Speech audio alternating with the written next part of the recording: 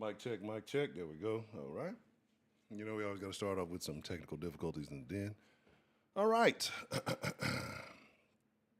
Good to see all you lovely people. Make sure you hit that like button. Let's get into it tonight. Going to kind of be a throwback to an older time in the den, right? I got to fix that. Keep remember, I got to fix the emojis on the in the chat and the thing. But, you know, if you ain't got you an adult beverage, you know, if you're a partaker, you know, make sure you pre-roll so you're not out of control. If you don't partake, get you an adult beverage. You know, that was a good time tonight. We're just going to talk about some things, you know. We're going to be honest about it. You know, in the den, we can't do anything but be honest, right? There's nothing else we can do but be truthful about the things we say. So we're going to have a great conversation tonight. I hope all you guys are ready for it. I hope everybody is.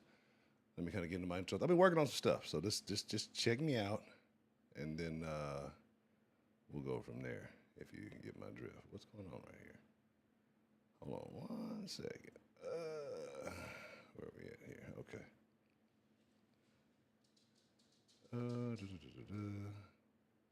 All right, so I want to shout out to everybody. I want to say good evening. Welcome back to the den. Hope the sound is working well. Tonight, we're talking about something that almost every man has been accused of at least once in his life, right? Somewhere right now in America, there's a woman asking one simple question. Why do the guys I like always choose her? Not me, the woman that's loyal. Not me, the woman that's educated. Not me, the woman that has her life together. No, her. The one your friends told you to stay away from, the one who leaves drama everywhere she goes, the one who everybody says is bad news, yet somehow that bitch never seems to be single very long. Now, before the ladies jump on me, tonight is not about disrespecting the women. It's not about calling anybody out their name. It's about understanding attraction. Because if we're being honest, attraction don't always make sense. Us fellas say we want peace, right? But sometimes we chase a little excitement. But women say they want a good man. Yet sometimes they ignore him for the guy everybody warned them about. So maybe this isn't just a man problem tonight. Maybe we human beings are wired to chase what we probably shouldn't. So tonight we're going to ask them uncomfortable questions. What is it about certain people that makes them almost impossible to ignore? Is it confidence? Is it mystery? Is it validation? Are we all just addicted to the chase? The lines will be open tonight, and ladies, especially, I want to hear from you guys. If you've ever looked at a guy who's dating choice and you kind of thought, what was he thinking? Tonight's your night to call. And fellas, don't hide behind the chat, because y'all already know what's going down. Grab your drinks, settle in. Let's have an honest conversation. Tonight, we're going to talk a little dirty after dark in the den, and I hope you guys are ready. So let's get into that, right? Pardon me, I'm sweating. I have to regulate I just got out of the shower, so I don't want to look all greasy on stream, but give me a few minutes after I dry off. We'll definitely get this thing started. So, with that being said, let's see who we have joining us, and then let's get into a great conversation tonight. Make sure you get your daily pistachios. Most of the bots should be working. I got to still test the tic-tac-toe and a couple other things. The help command should also help you see a lot of stuff. All right. Shout out to the lovely Miss Bell. Professor Trill, what's the motherfucking deal? Sophisticated ignorance. All the way in Queens. Shout out to you. Let's see. J Mel, I'm glad that you joined us this evening. Right? Because this is a very interesting conversation, right? So if we're going to be real about it, most of the time you come in the den, if you're in the Discord or wherever and you see in the chat, you see niggas talking about hoes having hoish behavior and women having, you know, despicable behavior and, you know, doing hoe activities with hoe tendencies. Hoes are your friends. Hoes are your enemies. That type of shit going on, right? Let me fix this. And it's a water night, so y'all just be prepared. I like these things. Anyway, so let's be real about it. Oh, let's up the light. That's a little bit better, right? All right, cool. That looks good. All right, so to break it down simply, why do people go after the hoes, right? And it's not just men that go after the hoes. Women like to label us men as hoes nowadays because it's not the same. So we're gonna address that men and women being hoes are two different things. But, you know, we all like the hoe, right? And in that sense, we know what we're talking about when I say that, like the sexually active, entertaining type individual, right? And that's kind of the point. Hoes are fun. Would anybody disagree with that statement? Would any of you fellas disagree. You know what I mean? Because I know all you fellas have dealt with some hoes in your lifetime, right? We all have.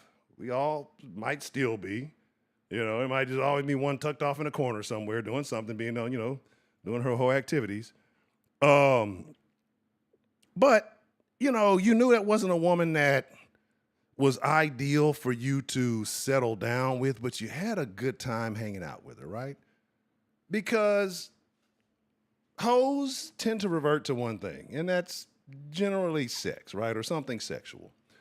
And when you're bored as shit, hey, what what better than sex, right? But it's a different kind of thing, right? Because it's I don't want to say it's hard to explain. I'm trying to pull up some other stuff. I got buttons for this stuff. Like y'all got to understand, like these next few streams, I'm going to be testing a lot of things like sex. I'm trying to get the system underway.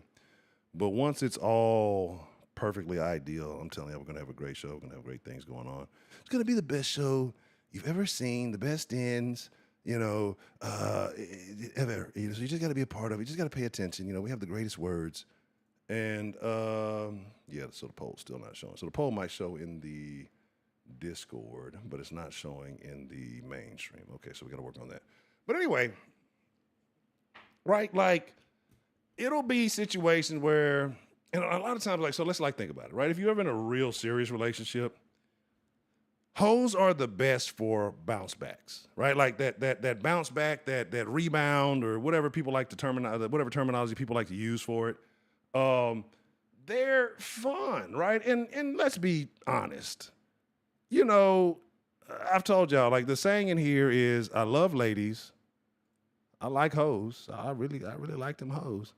And I can't stand them bitches, right? Like that's been our thing for about a decade now. Right? Exactly. So it's a situation where you got to be careful with how your hoe handling, if you will, right? And this goes for men and women. Right, because what could be a fun thing could turn into maybe a situation that you didn't expect. Especially with us dudes, we'll fuck with a bitch and then get a little too comfortable, and then now you in a situation. You know what I mean? So probably do it. There you hoe again. So it's understandable. Like I get it. I understand it, right? But let's be honest. If it wasn't for hoes, niggas would be miserable on earth, right? Like, because hoes are the ones that allow you to push them boundaries. A lot of motherfuckers be in significant relationships, and it's one or two things when they be in a significant relationships. You know what I'm saying? Exactly. You forget, like, hey, the hoe really have a little vibe to her. You know what I'm saying? She's a hoe. She be going, but she kind of cool. You know what I'm saying? And you fuck around and forget. You let the hoe get too cool. And now you're in a situationship, right?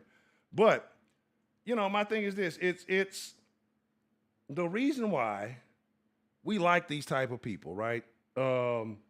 Especially more square people, right? Because think about it: if it wasn't for hoes, if it wasn't for hoish behavior, the club scene wouldn't exist. It'd be the lamest shit that ever existed, right? Like. The clubs, if there's not hoes and alcohol, the club fucking sucks. I was never really like a big on the clubs in the first place, right? But the club is lame as fuck because, let's be honest, one, niggas got to do all the tuning. So if say it ain't no hoes in the club, say it's a bunch of stuck-up prudes who just want free drinks, the club is going to suck. One, because they not finna get loose on the dance floor. Once they get a couple of drinks in them, they get loose and they start turning up. That's what stimulates the energy, right? Like, that's what gets it going. And then hoes are competitive. Right, so one bitch see a bitch, oh, that bitch going, she thinks she working, so she gonna turn up. And then all the whole activity just starts to generate. So it turns into a session, right? If you've ever had a house party, if you've ever had some cool ass homework, if you've ever been in a situation where the power of the hoe, right? And I'm not talking down on it again. I appreciate the hoe. My thing is just, if you know you're a hoe, just be that.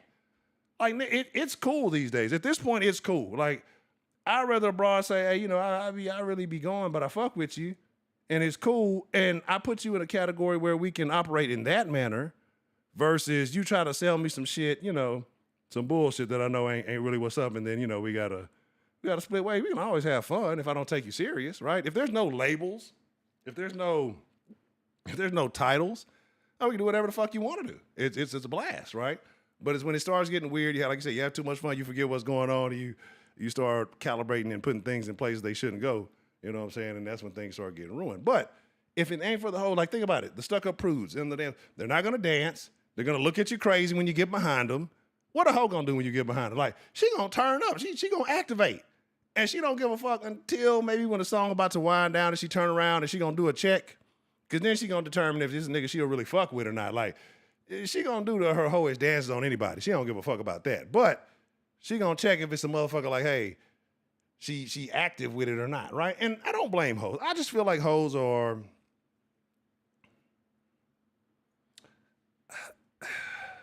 I don't blame hoes, right? Because you got to look at it from the opposite side of things, right? Like we're made for each other. Men are made for women. Women are made for men. You know, like, can you fault a broad if niggas are trying to take better care of themselves and so she sees more things that she likes, that she's into? Can you fault a woman for being who she is? Because we as niggas gonna try to get as much as we can, right? We're imperfect. Do we expect women who tend to be a bit more emotional to fluctuate a little bit more, to be more steadfast in us? You know, that's what we're told. That's what we want to believe. That's what we want to have. But if we're being realistic about everything, women been doing this for centuries, right? It is what it is. Like, if you gonna be real about it, I know sometimes you see a little bro, she's like, yeah, that bitch too pretty to be a hoe. Have y'all ever seen? Like, this is a thing, right? And I know women gonna swear I'm bad. I promise I'm not. I promise we're having a good time. That's all. But like, my thing with women, right, is, and most women, if they like you, they're gonna do whatever you like, whether hoish or not, right? Like, if you make them comfortable, you put them in the right environment, they're gonna do what they do, and it's up to you. You know, you got to be responsible for that. But my thing is, is like, as a broad who, you like I say, you know you're going, you know it is what it is, and you know that that's kind of your intention. You like it's okay. Like, I get it though, but I get it because you can't kind of rock like that with everybody, because you know niggas gonna take advantage. Some niggas gonna be cool with it. Everybody ain't gonna be player about the situation. Like, motherfuckers gonna judge you. So I get it. I understand why women respond the way they do, and I'm not knocking them. I'm not hating them. I'm like, again, like I say, man, I don't really give it. I done been around this world. I done took enough rotations on this planet to understand how life really works. Like, a lot of people want life to be one way. They want it to be that storybook shit. They want things to be, man, this is a crazy fucking planet we live on. If you meet enough people, you have enough conversations, you exist long enough, you're gonna understand that we are so far from that storybook shit that it doesn't even make sense. But like I said, right, can you blame a woman with there being more opportunity, niggas becoming more player as a whole, niggas understanding more game, you know what I'm saying? Like, can you blame it that a broad see a lot of shit she likes, so she gonna go, right? If we see a lot of shit we like, we gonna choose, right? And again, you say, Honcho, it's different. It's different to put up 80 in a game and to give up 80 in a game, right? Like, I get it. But what are your best, if you're putting up 80 in the game, your best memories is who you put that 80 up on, right? Shannon, good to see you. Lovely Miss Shannon joining us. Jailbait in the house, good to see you. I hope all is well. But right, like that's my whole thing, right? And you're gonna remember you put that 80 up on, because you had a great time putting that 80 up, right? Right? They might not have had as good of a time putting up that, but they were still part of a memorable performance, were they not? They might not have had a good time giving up the 80, but it is what it is. It's a new breed of broad too, right? Because you got to think about it. If we're gonna be honest, if we're gonna be really honest, like, whole bloodlines, whole bloodline. Niggas know exactly what I mean when I say whole bloodlines, right? Like, 0 if you don't understand, 1 if you do understand. If we have more not understanding than understandings, then I'll explain it. But do y'all understand what I mean when I say a whole bloodline, right? Like, it's some motherfuckers who ain't been who haven't had a nuclear family in their bloodline since slavery. You know what I mean? Like that type of shit. Like, we know what it is, and it is what it is, right? Because certain places have to exist, bars have to exist, brothels have to exist, right? The oldest going profession. Somebody has to do it. Now, my question is this, right? I understand a lot of things. I know a lot of shit, right? And I've learned a lot of shit. I've been through a lot of things. I've experienced a lot, right? I've seen a lot of wild shit in my day. But I ask you this. I say all this to say, quick poll, 0 for no, 1 for yes. Do you think hoes enjoy being hoes? And I'm not even saying in the sense of like a bitch is just fucking. I mean like actual hoes who are that you put on the blade, like actual hoes that's out on the track, like real hoes. You know what I'm saying? Do you think they enjoy that? Or is it strictly a situation where they're forced into something? Where it's, you know, a lot of people say it's what's the word y'all use? Not sexual entrapment. Not sex tourism. I forgot the word it is, right? Like, but basically you're forced into it, right? Well, I mean, you're forced into prostitution, a lot of these different things.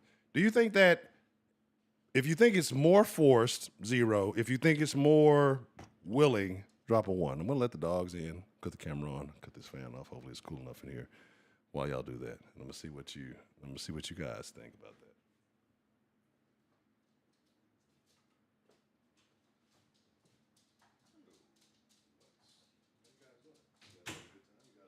You guys can't drink. This is not for puppies. This is not for puppies. Oh, God damn it, Shannon. That's the most generic ass. It depends on the What damn circumstances? What are the circumstances? Give me specific circumstances that it damn depends on, Shannon. Trafficking. Yeah, trafficking. That's the word I'm looking for, right? How much of it do you think is, how much of prostitution in America, right? Just drop a number, just a percentage.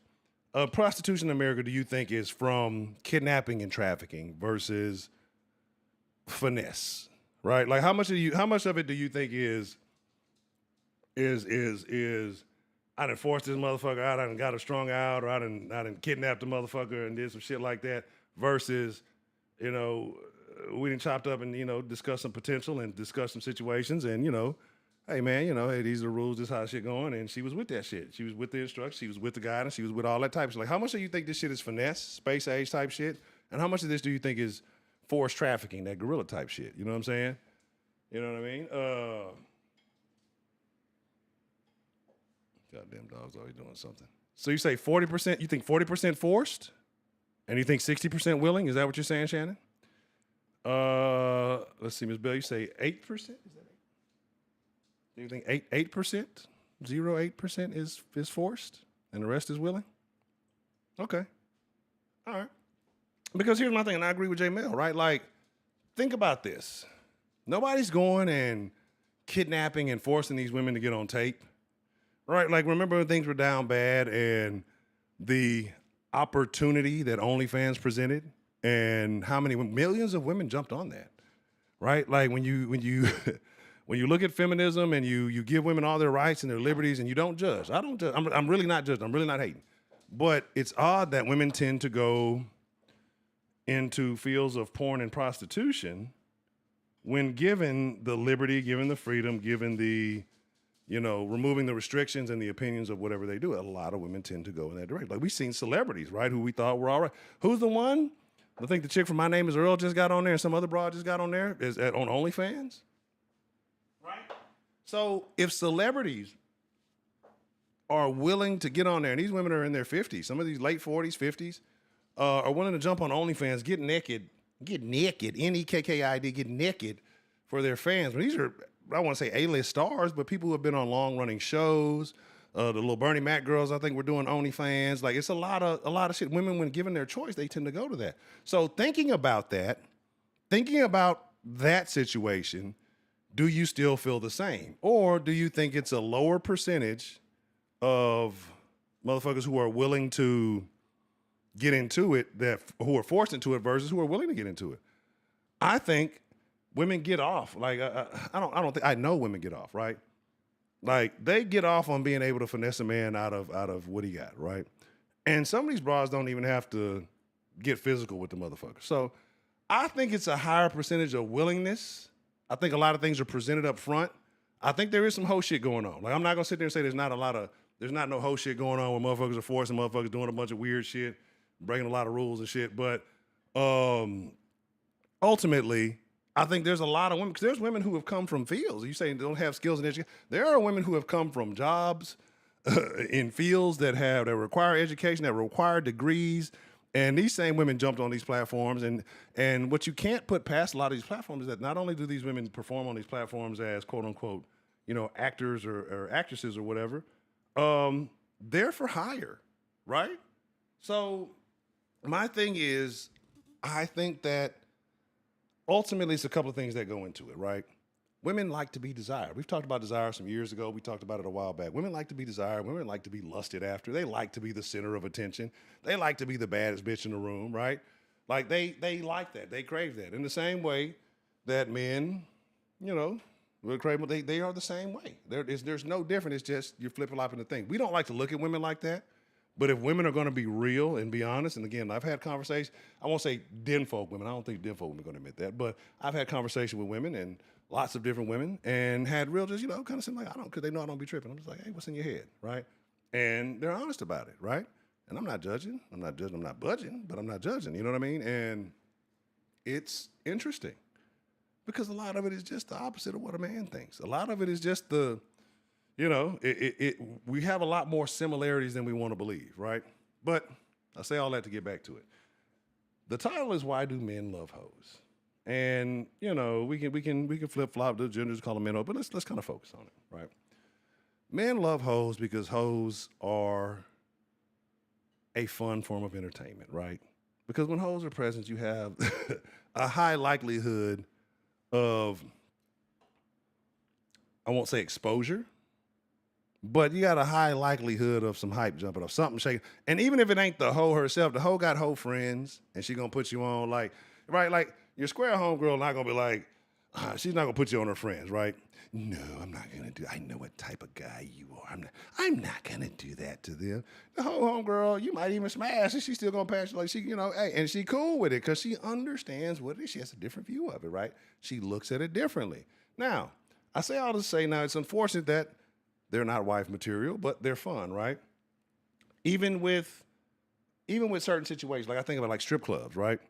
I ain't gonna say niggas ain't gonna fuck. Niggas gonna fuck a stripper, right? Niggas will fuck a stripper. It's a bitch. It is what it is, right? But I think it's I don't even want to say sex appeal because not all hoes have sex. Some hoes just be all right hoes, but they be fun because they do stupid shit in wrong places. Like, and I talk about the same shit because these are the same bitches who are twerking on the tables and doing all the things I tell you, like, this is terrible, don't do all of this, this is shameful. But if we're being honest, right, in the right circumstances, it's ideal to have hoes around, right? So, I mean, we're just being honest about it. I don't think it's ever the only thing they had, right? And the reason why I say I don't think it's ever the only thing they had is because, like, McDonald's is always shaking. You know what I'm saying? It takes absolutely zero knowledge to work in McDonald's, right? Like you don't have to know how to.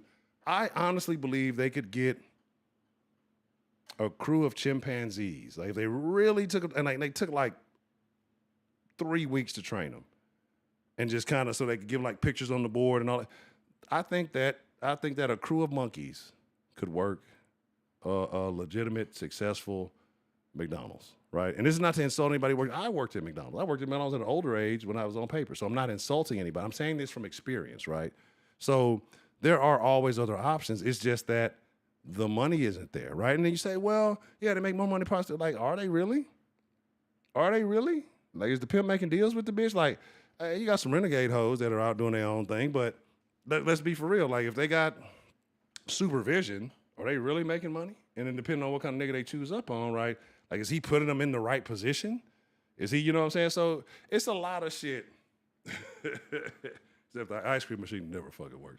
But, and that was deliberately by design. Like, they had a thing, they talked about that. The company that does the ice cream machines so that they can only be the ones that fix them. Like, it's like I won't say a built-in expense. I mean, I guess, what's the word I'm looking for?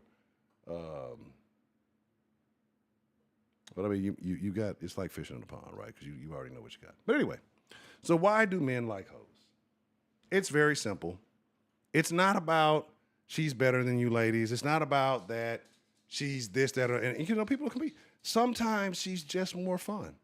Sometimes she's just more willing to do exciting things, right? She's willing to put a little bit more spice in it. I'm not saying that women aren't, but usually it takes some effort. It has to be a significant other. It has to be, and even then when dealing with a significant other, sometimes it can be a little difficult, depending on their personality or whatever.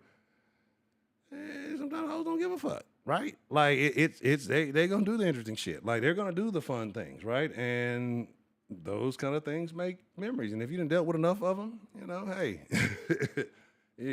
job security, yeah, basically job security, yeah. If you done dealt with enough of them, you already know how it goes. Like, look, and also, it's some niggas out there I don't know. I don't know their existence. I don't know who they are, but I gotta thank you for whatever you taught them hoes that I done came across. And there's some niggas out there that owe me some thanks, right? There's some niggas out there that owe me some say, hey man, they owe me a firm handshake, right?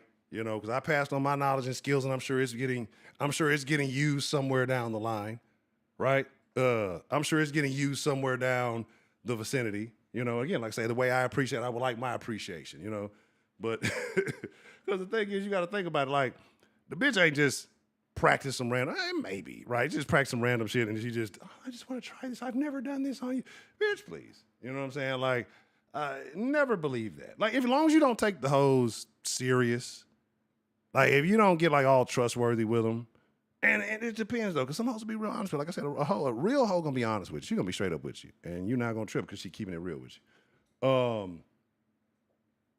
As long as you ain't get too trustworthy with her, like it can be a good time, right? But like I say, too much time, too much comfort, too much shenanigans with the broad, you're gonna be you're gonna be disappointed, right? Because you're gonna start catching feelings. You're gonna want to start being monogamous and weird shit like that. I'm not saying weird shit like that, but she's a hoe, right? But your best chance, if you in the poly or some other stuff, hey, you got she might be with the shit. You know what I'm saying? So like, it's if you don't have high levels of expectations from them, right? Hoes are very fun. I don't be having high levels of expectations, bitch. I like hoes. I probably got too serious with some hoes over time. You know what I'm saying? I'm sure I have. But it ain't never been no crash out type shit. It's just like I should have knew you was more of a hoe, and then I knew, right? Like, and my thing, like I say, I'm gonna keep it playing, bro. Just if you a hoe, tell me. I'm not finna judge you. I get it. I'm just not gonna gal you. I'm just not gonna, it is what it is. I'm gonna respect the game, but I'm not gonna elect the game. Anyway, so get ready. Open up the line here in a second. Like I said, I'm trying to minimize my over talking, but we're gonna get into conversation. I want to know what you guys think, fellas. I want to know your personal thoughts about hoes, right? Is it advantageous? Is it 50-50? Is it a bad idea? And again, I'm not talking about in a serious fashion. I'm talking about your experience with hoes and maybe your overall rating of the experience that you've had and you've dealt with, right? Ladies, do you ever feel like there was a man that you dealt with that maybe there was some competition, or maybe you were talking to, and in the end, you see that he ended up with a different woman, and you're like, what is it about her? And you see that maybe she's a little more loose, right? Maybe she's a little more open with her goods, or whatever you want to call it, right? Like, what makes men make that choice, right? Because again, we know that you want a good motherly woman. You want a woman that's going to take care of the kids, the household, and do all that other stuff. But some men choose to go in a different direction, right? Are they making a bad decision, or is it just what they like, or do they enjoy it, or do they have to accept the consequences that come with it, right? Like I said, I'm opening up the line. I'm going to drink my water. Fire up me a little J here. And I'm going to keep rambling on. I'm working on things, right? I'm working on a lot of shit, so you guys got to work with me here. All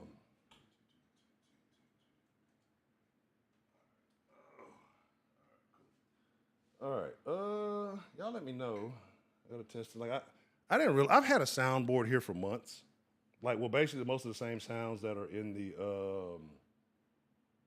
most of the same sounds that are already in like the Den Discord. And I had some other ones I need to fix. But I've had the motherfuckers in here for months. I never use them. So I'm just working on a lot of stuff as I work on improving the streams and what I do. Let me know if you hear these things while I get my stuff here.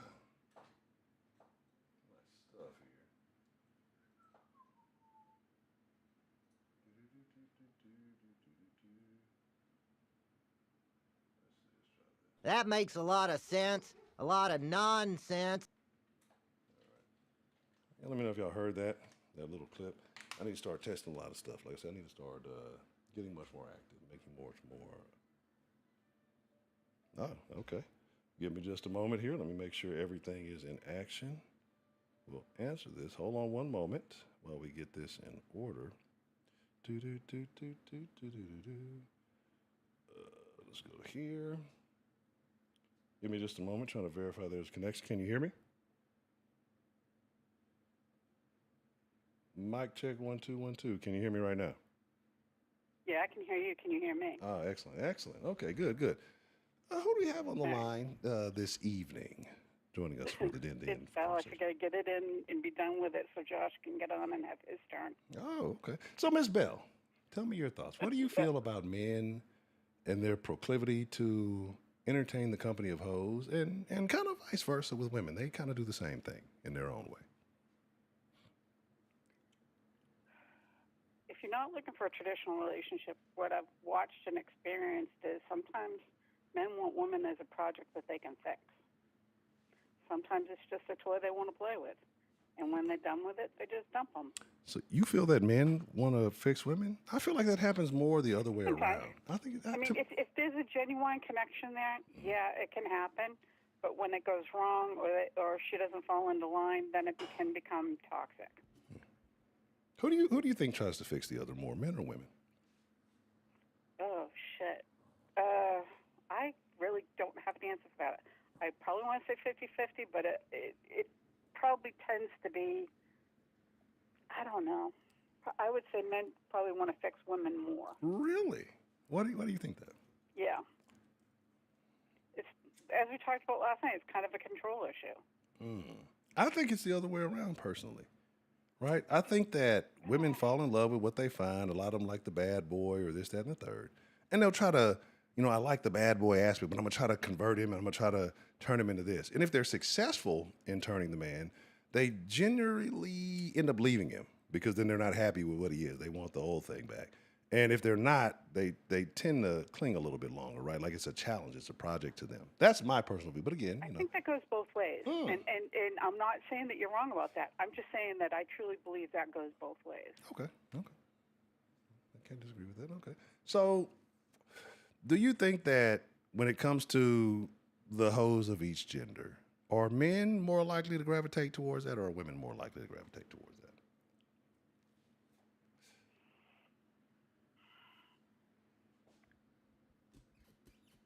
I think men are more specific in general. I mean, to men, sex is sex.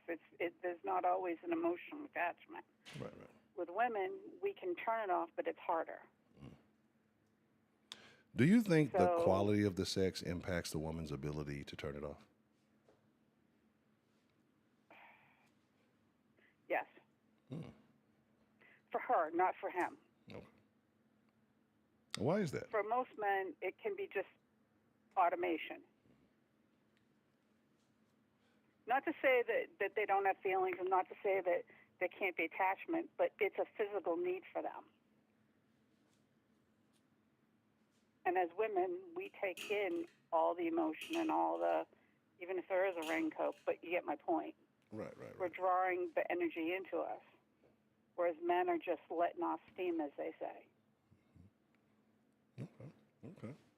Yeah, you know me, I prefer raw as law, but I mean, raincoats are necessary. You deal with some sketchy individuals.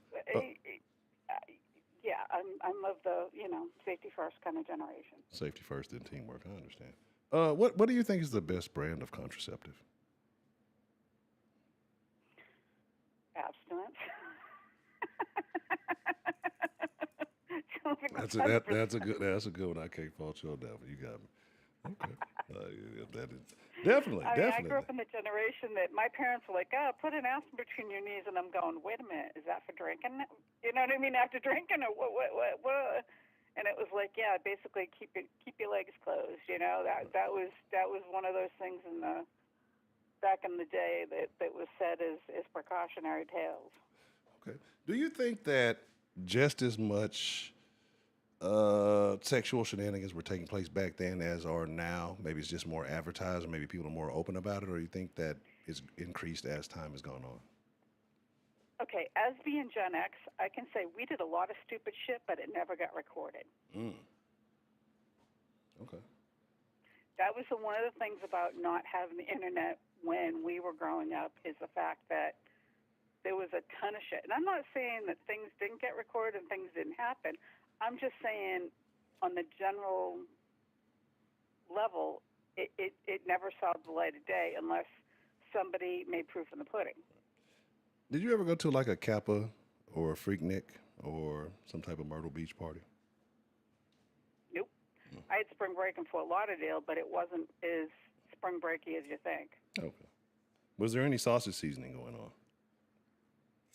I have no idea what that means. Interesting. That's a different generation word. I mean, every generation has their own code or their own glossary of words. Right. Their own lingo, their lexicon, their slang. I get it. Okay. So do you think that as a whole, maybe let's kind of focus on the hoes, like I said, we all, hoes are, let me ask you this. Do you believe that hoes are necessary in society? Well, it's the oldest, if you're talking about prostitution, it's the oldest job from the beginning of time type of thing. I think it's contractual. Do I think men or women like it? No, it's no different than doing a contractual job of working in a factory and putting clocks together. I mean, it becomes, one bench after another of just doing the same repertory shit.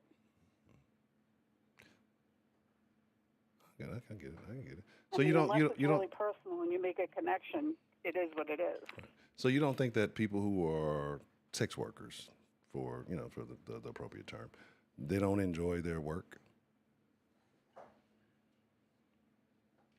I'm not going to say they never do, but I would find it to be more rare than it would be of the norm.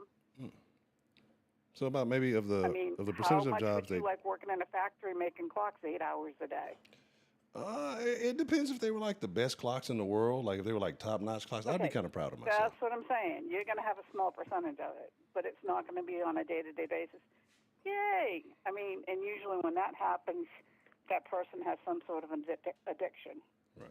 So you don't, because again, I'm pretty sure there's a variety of people who engage in the services of these type of workers, right? And some people, it's not everybody's not a person who can just not get it. They just may, hey, I need some hype real quick. I just need to, release after work. And maybe, maybe they're not bad, but they're just not getting what they want, And, maybe the workers enjoy it, right? Like, maybe, I think that they enjoy it more than when they want to let. Like, I'm sure they deal with some customers who are disgusting, right? I would think if they were regulars, then it probably would be more of a connection and it may be enjoyable. But I wouldn't think that every single time a new bloke would be, catch their fancy. No, I wouldn't think every time. Like, of course, it has to be like some nervousness. You don't know, motherfuckers weird. You know what I'm saying? Like, and I'm pretty sure there's like a lot of different factors that go into it. Motherfuckers probably having weird requests and all kind of things like that. So, like, I can understand where too freaky, yeah. Yeah, initially it might not be, but if you're engaging in a business, especially if you willingly accepted your role in this business, right? You have to at least enjoy the activity of intercourse, right? So, I mean, it has to be like I would think that, I'm not saying, I don't think it's worse than 50-50. Some things just may not have been as exciting as others. Like, I think they have to, because I mean, the things I've seen, the things I know, right? Like, maybe there are some who don't, right? There are definitely some who don't, who like, they were probably forced or whatever. But there are some women who are proud to be hoes, right? And so to be proud to be a hoe, like, you would have to either be very proud of your skill and your ability to do what you do, or you enjoy the job in which you engage in. You know what I mean? The sex industry has so many different multi-levels, though. I mean, you're talking about from street prostitute to call girl to pornography to, strippers you can look at but you can't touch. I mean, you've got different genres within the sexual I think a lot of that industry. shit blends in together. I think a lot Yes more and of that no. blends. I mean, if there's no sexual contact, that is a completely separate situation. No sex in the champagne room. Right. Absolutely. It could Positively. be. I mean, it's extra, but not the point. I mean, what about porn? You got women who do it on camera, get paid for it, and go home and have a life. No, I think a lot of those same women who engage on camera, because you got to think about it. So it's a one-time payment, and you're willing to put yourself out there. And I'm pretty sure there's different varieties of amounts that they get paid, but that's not enough to. They're not getting paid because there's so many women in the industry, like, and it's watered down and saturated. Like, you're not paying your monthly bills off a one scene or something. So they're definitely going to have to either be active or they're doing sideline things. They're making appearances at strip clubs. I know that's They definitely a could be thing. putting their money to go back into college. A lot of Them excuse hookers me, are a not lot of going. hookers, Them excuse hookers me, ain't going back to a lot college. of strippers or Right. exotic dancers go back to college. How many strippers do you know that actually went back to college? That started dancing in college, Personally, about 4, really, and they finished and they completed their degree. and they were men. Oh well, of course, men gonna get the job done. We're gonna do what we're gonna do, regardless of how they decided to do And it. they also have more of a time limit than women do. Why do you say that? Their attractiveness doesn't always age well with certain men. Hmm. So you're saying that because they're And attractive doesn't age well, their time limit is shorter? Is that what you're saying? yeah, usually I think probably the highest would be 40. Mm. So after 40, the appearances start declining in men. Well, the biochemistry changes and things change. I mean, I mean, I'm not saying it doesn't with women, but the thing is now in this generation, in this decade, men are more willing to go into the knife more than they ever have been. right, and that's kind of odd to me. But like it's like I want to talk And that's down. quote unquote keeping up appearances. Right, I want to talk down though because it's like I want to be like, niggas ain't. But at the same time, when you kind of really do the research and you learn how much of the regular foods that we eat or that are not on the quality of our predecessors and how and why a lot of the testosterone levels are going down. Now, I'm not saying it ain't a lot of shit niggas is doing and dudes are doing to contribute to that. There's things you can do to improve, but I understand why there's such a significant loss of testosterone going across the board. And then also, there's studies that have been shown that GMO is a big part of that, but that's a whole other conversation. but there's another study showing that women are actually choosing more effeminate men due to being on birth control. Like that's been a thing for some years now. Like there's some women that are actively on birth control tend to choose men who come across a little bit softer. I don't know if it's because it's making them more masculine, I don't, or whatever it may be. But Maybe it's more of a nurturing. They're looking for a nurturing partner rather than a dominant partner. no, let's be honest, right? It's just me and you, Bill, in here. Nobody else is in here. Okay, nobody else can. Yeah. Do women really want a more effeminate man, or do they want a more masculine man? I can't speak for anybody else. I always liked a more affirmative man, not a feminine, but masculine. Now, would you if you were to guess a percentage, what I know for a amount of fact women a do you woman think who would agree married a with that? guy and didn't know he was gay until they had been married 20 years. Oh, that's I terrible. mean, it does happen. Everybody else around her just about knew, but she was just in love with him. Those situations are very odd. How do you think and that's almost kind of the situation we talk about what a man could be with a hoe and he might not know she a hoe. Everybody else, knows, hey brother, that whatever. We'll get into that. But those things happen. So how do you think that why can't Put some people blinders on. observe? They only see that person for who they are and what's given in their relationship, and they don't look outside of that because they know if they look, they might find something. Interesting. So And sometimes men and women put blinders on to what the partner's doing. right, that's true. And sometimes the partner's not doing anything, and there's accusations. So it's half dozen one, half dozen another. It depends on the ego of both people. It depends on the emotional security of each person. It depends on, jealousy and what level they're at. I mean, I've seen some women do some really vicious shit when they get jealous of their guy and then come to find out the guy didn't do anything. So who do you think is worse when it comes to stuff like that? When it comes to stalking partners, men or women? I think men are more physically violent. I think women are more devious and destructive.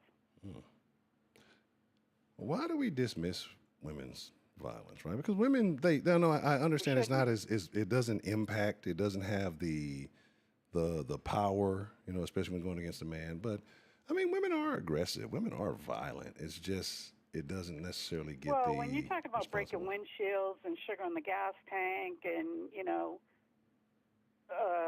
shaving cream on a fresh painted car, I mean, that's destructive and that's costing somebody money. Right, but is that not violent? That's hitting them where a guy hurts. Right, but is that not violent? Like, I mean, if he It is, didn't, if well, he, technically, it's physically no, but it is. It's a code of conduct because you. I mean, basically, it's not larceny. it's a destruction You're of property. burglarizing somebody else's vehicle. Right, right. Like, but why is that considered okay? Like, why is that behavior, often It's not. dismissed? But I mean, I mean, society kind of It's does. understood, but it's not. Okay, this is the thing. It's understood, but it doesn't mean it should be accepted or dismissed.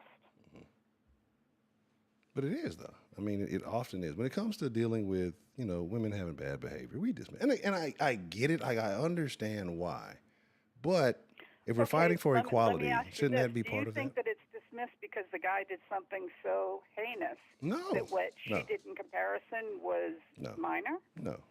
Okay. Because that's kind of the go-to thing with a lot of women is like, well, the only reason she did what's the new word? Reactive abuse.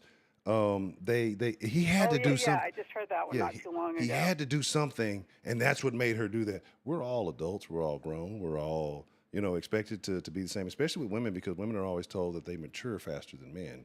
At a younger age and all Yeah, but these either things. way, it's lacking accountability and ownership to the behavior. Right, and I agree. But women are less likely to be accountable to this behavior because if a man does it, other men are coming to either put him in jail, to beat his ass, bury him somewhere where he might not be found, depending on what it is that he's done or whatever the behaviors are. There's going to be corrections. A lot of times with women, it's, oh, you know how women are, or you don't want to call the police. I don't want to see her sit in jail. That's my kids. Like, because it could be of various reasons, right? But they're given a lot of leeway. That turns into a cycle. Wait a minute. That turns into a cycle of letting the woman be the victim and the men standing on the But that's what pillar happens. of. But that's what happens. Like, there's men who call the cops. Men will be the one who call the cops. Supposed to be above reproach. Right, but I mean, there's times that when a man will be the one who calls the cops. One, either the cops may not take it seriously, or they're going to end up taking you because she's going to, or both of you, because she's going to put on this display. Like, because we're trained. Let's be honest. In this day and age, we're trained to accept whatever a woman says as law. Right? There's no way women would do these things. No way women would be manipulative. No way women would want to bend things. We see it all the time, right? But that was just that situation. But we're equal on both sides. Men are just as bad and manipulative as women, and women can be just as bad, if not worse, or more so, because I think that's more their strength than their physical strength. They have a mental ability and an emotional power that they can rely on. A woman's fluctuation from love to hate. You know what I'm saying? You're aware of it. A woman can go from love to hate and hate to love. In a wisp of an Right. airdrop. Yes. Right, exactly, right. So that's dangerous. You know what I mean? That's a very dangerous situation. So all I'm saying is that we're taught to believe it, but a woman she'll use the law, she'll use whatever leverage she can kind of come up with because she can't physically overcome a man. Definition, it's almost. I'm sorry. For lack of a better definition, it's almost like bipolar emotions. Right. I know that bipolar is a disease, but I'm talking about the extreme swing of the pendulum from love to hate, and not taking a second to breathe in between and go, okay, I don't need to do this. Right. And even if so, even when they do breathe, a lot of times they don't care. They'll justify emotionally, right? Because there's many situations where a man doesn't even do anything. Maybe he stepped out, but it's not a reason to, get him knocked off or, manipulate, get him put away or whatever. You may be upset, and it's I understand it because it's going to vice versa. If you're a dude and you think you got a chick and she's stepping out and doing whatever, you're going to feel hurt. I don't agree with a man going and wanting to get violent about that. Like, it's a situation where, hey, I made a bad decision with a partner. I need to step away. It was a choice I made in a bad person. The smartest thing for me to do is to step away from the situation, not attack them, not hurt them, leave them alone. If this person is causing you this level of pain or distress or whatever it may be, you should just leave them alone, not attack them, right? Because then 9 times out of 10, what happens? You end up taking them back. Yeah, but It okay, all riddle gets me back. this. Oh, Back in the go ahead. back in the day, and this we're talking about probably even before my generation. If a guy stepped out and the woman found out about it, a lot of times they were on the couch and in the doghouse for months. And if a woman did it, she might be domestically abused because they felt betrayed and they took it out on their wife physically when it was their emotions that were out of control. And I'm not gonna say that that men don't have issues, like that men are perfect, right? There's a lot of dudes who really ain't got it together. There's a lot of dudes who are unstable. So I'm not going to sit here and say that men are perfect, but I think it's a smaller percentage. But when men are unstable, they can do significant damage. Like, we can acknowledge that. I'm not But disagreeing with you on that. huh? As Josh says, this is definitely a Semitic circle, or like you can go round for round, and the odds on either side are going to change depending on what the question is. Right. But both men and women can do vicious shit to each other, and both can be forgiving. Right. It just depends on the circumstance. Right. No, I agree, and I think that's kind of more so what it is. But ultimately, like I said, we're talking about hoes. Let's flip the script one time, since you are a lady, and I want to take advantage of a lady calling in. Sure. Do women like hoes too? Men hoes? Men If I hoes? wanted to play, I'd watch baseball. But I'm not saying necessarily. I'm not even saying necessarily Miss Sun T, Sweet Tea, Miss Bell. I'm just saying women that you know, from what you know from your observations of your counterparts. What would you say? Do you think that women entertain men that they Okay, know are hoes I and are can't give you promiscuous? that as a here and now question. I can give that to you when I was in my 20s and 30s. I saw some of Here my and gal pals now. who were unhappy in their marriages before they got divorced, and they didn't mind stepping out a two here or two there. And I found that to be completely unusual.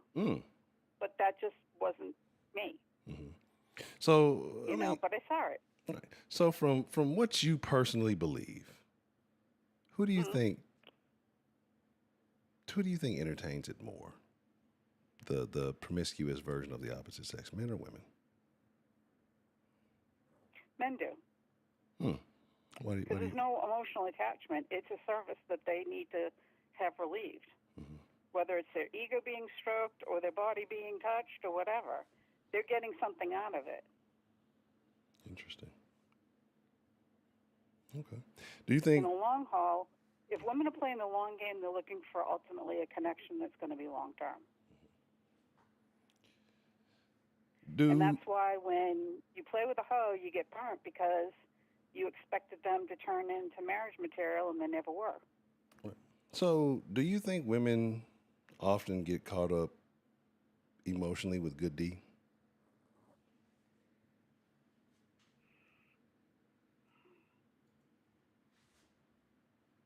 I'm not saying it can't happen, but I'd say it was rare.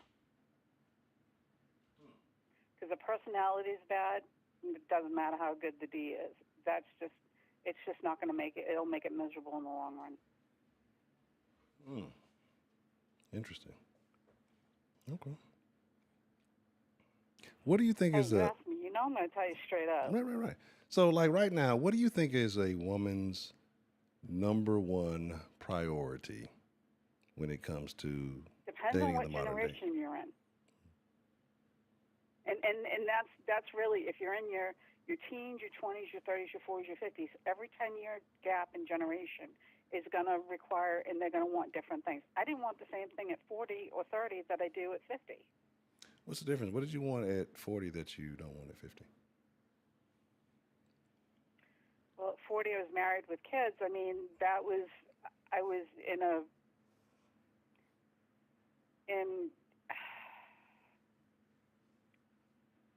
it's kind of like being on a train ride. You know where you're going, you know where your destination is, but you're just not getting off because the train's too fast. It's really a bad analogy, but it was the only one that I could give. Right, like I was gonna say, why As didn't it being a stop? widow, Why did it stop? Why the I train ain't enjoy stop when it's everybody's supposed to? company, but it doesn't mean I'm going to entertain everybody. Right. So, right now, if it was coming down to meeting somebody, right? Of course, Ms. Bell doesn't want a man, though. It's not what she's interested in. What is on your checklist? What is on your must-have to entertain Miss Bell? Sense of humor. That's huge. And when you say sense of humor, what do you mean? Because there's different types of sense of humor. Some people are in the dark humor. Some people are in the more above the board thing. Some people are there's different kind of categories. People have different things they find funny. You can tell a sarcastic joke, or you can they learn to laugh at life. They enjoy life, and they can make funny things. They just have a good outlook on life. So positive, upbeat person. Yeah. Do you watch any kind of comedians? Is there anybody that you like that does stand up? You turned me on to Ali Sadiq. Oh. Oh, you watch Ali Sadiq? That's wild. That's funny as shit to me. Okay. Hey, Broderick, what's going on? And I love me some Fluffy. Fluffy, okay. Okay, was that what is Gabriel or Enrique? What's his name? What is it? Iglesias? Something Iglesias. I know you're Iglesias. Yeah, I know you're talking about that. Yeah. Okay. And he's mini Fluffy now. He used to be super Fluffy. Oh, he lost some weight. Okay, cool. I don't know. It's been a while. Robin Williams. One of my favorites is George Carlin. Oh, okay, I was about to ask you if you were a Carlin fan. I like intellectual humor, things that make you think. Okay, cool. I can respect that. All right, cool. I like to be able to connect with somebody on an intellectual level. Okay. So is there... They don't have to go to college. Mm-hmm. No, they don't have to go to college. It's just the fact that I want to know that we can stay on the same vocabulary, and it's not like I have to explain something to him or he has to explain something to me. But isn't it cool to have somebody that you can learn things from? Like, isn't that not meaningful? Absolutely. And that's the thing. You can't have, and I know you've said it before, you can't have everything together because you'd be boring. Right. And that was one of the things that I enjoyed about my husband and I working in two different fields. And because when we come home, we talk about this, that, or the other thing, but it also, he likes certain things that I wasn't into, but I was like, okay, this is something that he likes, so I'm going to be open to learning about it, And it's the same thing with connecting with somebody. It's like it's allowing yourself to be a little bit vulnerable, knowing that if there may be something come of it and there may not. I've met people for job interviews and said, yep, okay, I got the job. Nope, I don't, and walked right out kind of thing. Right. So I think that people not having that kind of skill can be dangerous. What do you think about one-night stands, Miss Bell? Yeah, shit happens. Just chalk it off to a one-off. Is that just, is it, I know we look at things a certain way, right? And we as a society, you shouldn't do that. That's not no good. But there are things that supersede, what we put down on paper as laws and feelings and things like. Sometimes things happen, right? Sometimes it's just a connection, right? Sometimes it just happens. Mm-hmm. So I don't see it as a bad thing. But I don't see it as a negative thing unless it's like a one-time stand, a one-time stand, a one-time stand. That's when it becomes a whore. But if you're having a person that you engage with multiple times, it's just not a friend with benefits. Maybe we know that maybe on this level we're not compatible. That's not a one-night stand. That is, like you said, but that's a casual thing. It doesn't mean that. Or you're saying with different people, one-night stand with different people. Right. Okay, exactly. Okay. If you're casually hooking up with the same partner for a while, it is friends with benefits, or it's. But, this is something I said even 7 or 8 years ago that we talked, is that one person in that partnership or that connection is always going to end up having more feelings than the other one. It just happens. It's not right or wrong. It's the chemistry of the attractiveness with two people. Okay. Who do you think is usually the person that catches more feelings, men or women? I'd like to say men, but most of the time it's women. Why do you think that is? Because women can crave emotional connection more than they crave sexual connection. Okay. men having a sexual experience and they can one off and, close the door and they're done. Not all women can do that. You think I'm not saying all men can either. I know we try to deal in generalizations, and that's where I'd like to go with this. But for the most part, women are more emotionally vulnerable. Okay. It's not bad or good. It just is what it is. It's a biochemical makeup. Do you think men prey on that, or women it's just there, like you said, it's just a thing of nature that they just happen to get more attached? I think that some men do categorically, but I don't think all men do.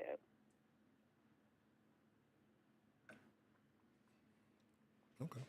I think if a man's just thinking about what his needs are and not what the woman's are, that's where that's going to go, and that's where it becomes predatory. And that's where it's more about power than it's about anything going on between the two of them. Do you think society judges women unfairly when it comes to sexual activity?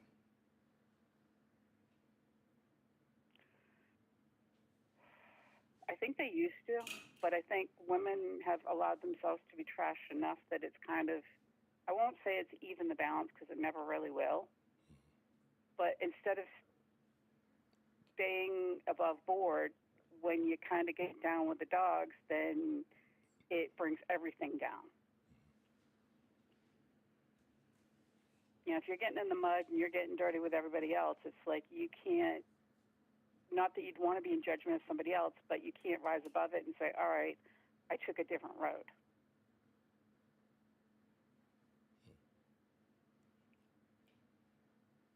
That makes sense? Well, I get what you're saying. Who do you think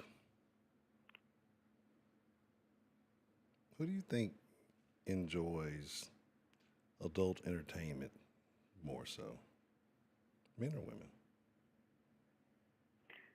I don't know. I used to think it was men, but I kind of am learning that it may be more 50-50 nowadays. Mm-hmm.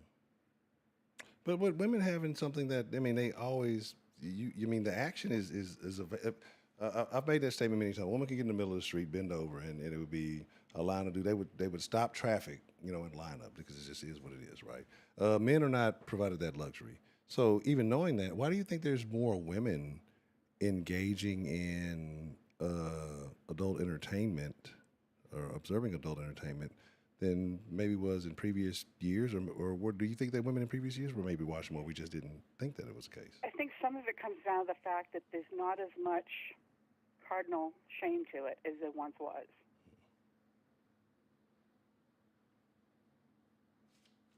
If you get caught and you get in a mess, yeah, it's still going to be nasty, but it's not like it used to be. I mean, even when I was growing up, there were no daycares in the schools for teen moms. It was you went to an aunt's house or you went to, the Catholic Church who had a place where they, adopted out the babies or, your parents kept you home until whatever. Right. It sent you out of state, didn't? Yeah. It was a whole different.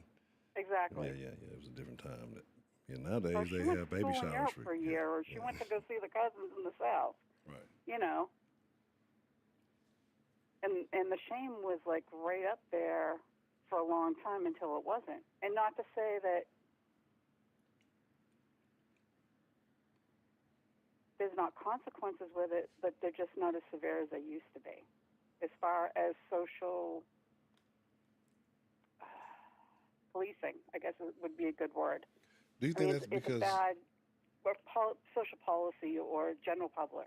Do you think that's because more women have an avenue to share their voice? Especially like via the internet, you're starting to see a lot more women, tell their stories and share things online, and we're kind of getting more of an understanding and about women, right? Maybe they're not exactly what we think. Women are similar to men in many ways, in their behaviors and in their desires and things like that.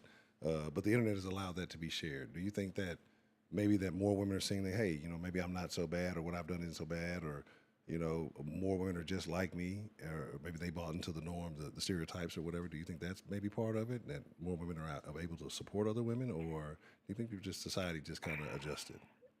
It's a very difficult thing because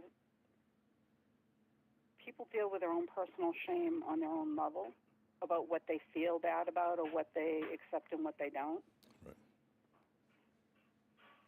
And so I think with the internet having it the superhighway and it all be out there and available, there's more to say. Well,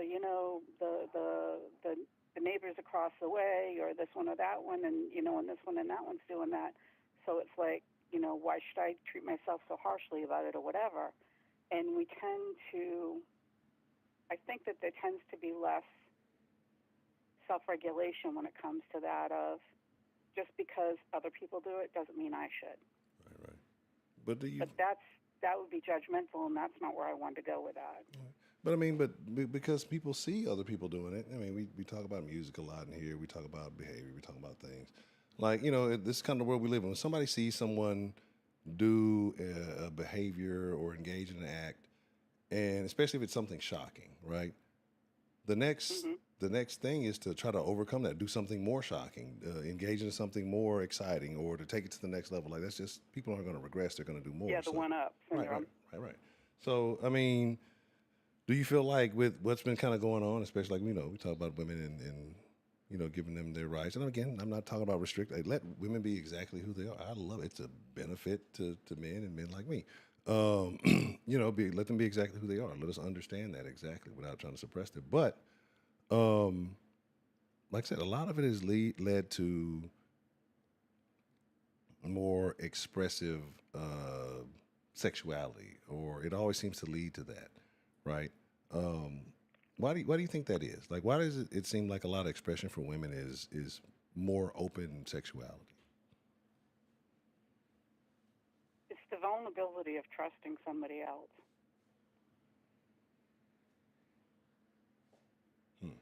And letting go and letting them be a part of an adventure, I guess. I don't know. I'm taking a wild guess here. How do you feel about polyamorous relationships? Not for me. How do you think about maybe for other people? I see why it happens. I just can't say that I would. It's just not something that I could do. Okay. Why is that? Do you think it would be a jealousy issue? Do you think it would just be a logistic issue? Why do you think that wouldn't be a thing for you? I think that I'm just a person that likes to be in a one-on-one situation. I mean, I have children, so you have all kinds of other connections in your relationship. I don't need another person being a sexual partner in that. Right, but imagine like double the love, right? You get it double, and then like Yeah. you always have somebody to watch the kids. Well, I mean, you got grown kids, so you ain't got to worry about that. But I mean, there has benefits. No, I'm just fucking with you. But okay. But what do you think about what do you think Like about I for other said, people? I don't. People like it. I love it. I don't have any problem if they've got it under their situation. It's healthy for them. That's great. It's just not my thing. I don't judge on that. I just not something I do. Okay. It's kind of funny being a white traditional straight woman. Sometimes I feel like I get a different level of prejudice and shit because of it. Really? People want to poke holes in it, and it's like, really? What kind of it is what who I gives am you what you see. who do you feel gives you the most whatever that prejudice? is.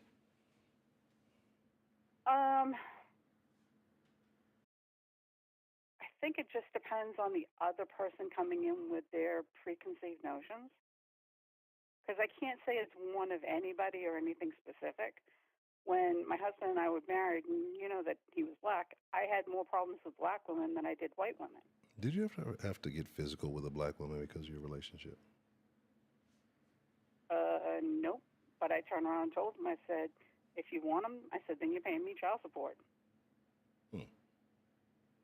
Never had another problem with it. Nobody want that child support. I get it. Mm-hmm. I said nobody wants to pay child support. I get it, especially in this day and age. Hell yeah. So what would you? The thing is what I was letting her know is if you want this, he's got baggage, and that's not something he's going to shake because you want his ass. Do you feel like there was a legitimate threat or a legitimate attempt by another woman to try to take what you got? If there was, I put my foot down so that I never had to see it. I laid it right out there. And you know what? If he's going to do the walking, then go ahead and leave and I'll deal with it. You can't keep somebody that doesn't want to stay. I agree with that. Absolutely. And I'm not going to fight you if you don't want to be there because it'll make us both miserable. So, should I, and I'm bringing this full circle, let's see, y'all ain't even people how I brought this full circle, what I'm about to do. Should a wife be a quote unquote hoe for her husband? If that's what goes on the sheets between them, then sure. But also, both people need to know where their limits are and where their boundaries are, because sometimes doing things for love, you can take it far past things, and it ends up breaking the relationship. What you won't do for love. And you tried everything, and you won't give up. Anyway, yeah. No, I understand. So, limits, right? And I get it. I do get it. You know what I mean? Like, because, hey, we are people. Some people may So be you in a asked certain... me about a poly relationship. Right. I'm just not one. I put my foot down and said, this isn't something for me. Right. And so it was like, that was a red flag. And you have to know those things, because if you go and do something that ultimately your core values against, you're kind of screwing yourself, and you can't always get back to where you were. Right. Right. I understand that. So, I mean, there's a lot of shit that goes into that. But, like, what if... That's why dating and long-term relationships are two different oranges and apples. I like Granny Smith. Because one's playing the long game and one's whatever you can get. Right. But here's the thing, like, what if you had like a second wife? She does like the dishes. She likes to cook. You ain't got to like worry about that. That's not even like on your plate. Like she actually enjoys doing that, and like you could just not have to worry about anything. Like, isn't that not like a benefit? It's not all. It doesn't all have to be like sexual stuff. You know what I mean? It could be, it could be benefits around the house, other things, you know what I mean, that could benefit the relationship. Well, shit, I did it all. I should have got all the benefits from him because I was doing all the stuff at home. I don't want to share. I'm selfish. I don't give a shit. Interesting. If I'm putting it out and putting it out for you, I'm making sure you got meals, I'm making sure your bills are paid, making sure your kids are clean, making sure you get stuff for Sunday in church. If I want something from you, then you need to put out to me, too. I have a question, right? And Sure. This is not for you. This is just in general, right? Because we have traditional roles. Sure. We have different things going on, right? So a lot of women believe that men think if they pay for a date or an outing or whatever it may be, that men believe that they expect some type of sexual return at the night, right? That's just something women say, right? Women believe that. And if they do it, it's up to them. If not, it's whatever. Again, I'm not saying do or don't. But do you think... I go back to the old saying, assuming makes an ass of you. If you assume that you're going to get a piece of ass for a meal or for an occasion, then you're putting a price tag on that woman's time, and you're making her a hoe. But what I was going to say to you're making it transactional and not relationship. Right. But what I was going to say is that again, this is 2026. Things have changed, and I've seen women who have suggested the same thing. That have stated that if they like a particular guy and they take him out, and they're willing to pay and do all those things, they expect some type of sexual return at the end. How do you feel about that? Same thing on the other side. That's just her wanting a gigolo. Gigolo, getting lots of dough. You may not be renting them by the hour, but if you're paying for the meal, you put a down payment on it. Do you think if a person goes into a meal with someone else or somebody treating them, that they should be expecting, or at least thinking that the other person is expecting some type of return? That's where the communication needs to happen before the meal even starts, and where the boundaries are on that, or where the expectations are more than boundaries. If I take you out, what am I entitled to, or what am I not entitled to? Or I'm doing this because I want to. If you were to pay for a Or man's if I meal, have what would you expect? you know what I mean? If you're going to expect sex, we'll go Dutch, and that way I can decide whether or not I want to. What about you, Miss Bill? If you had to pay for a man's meal, would you have expectations?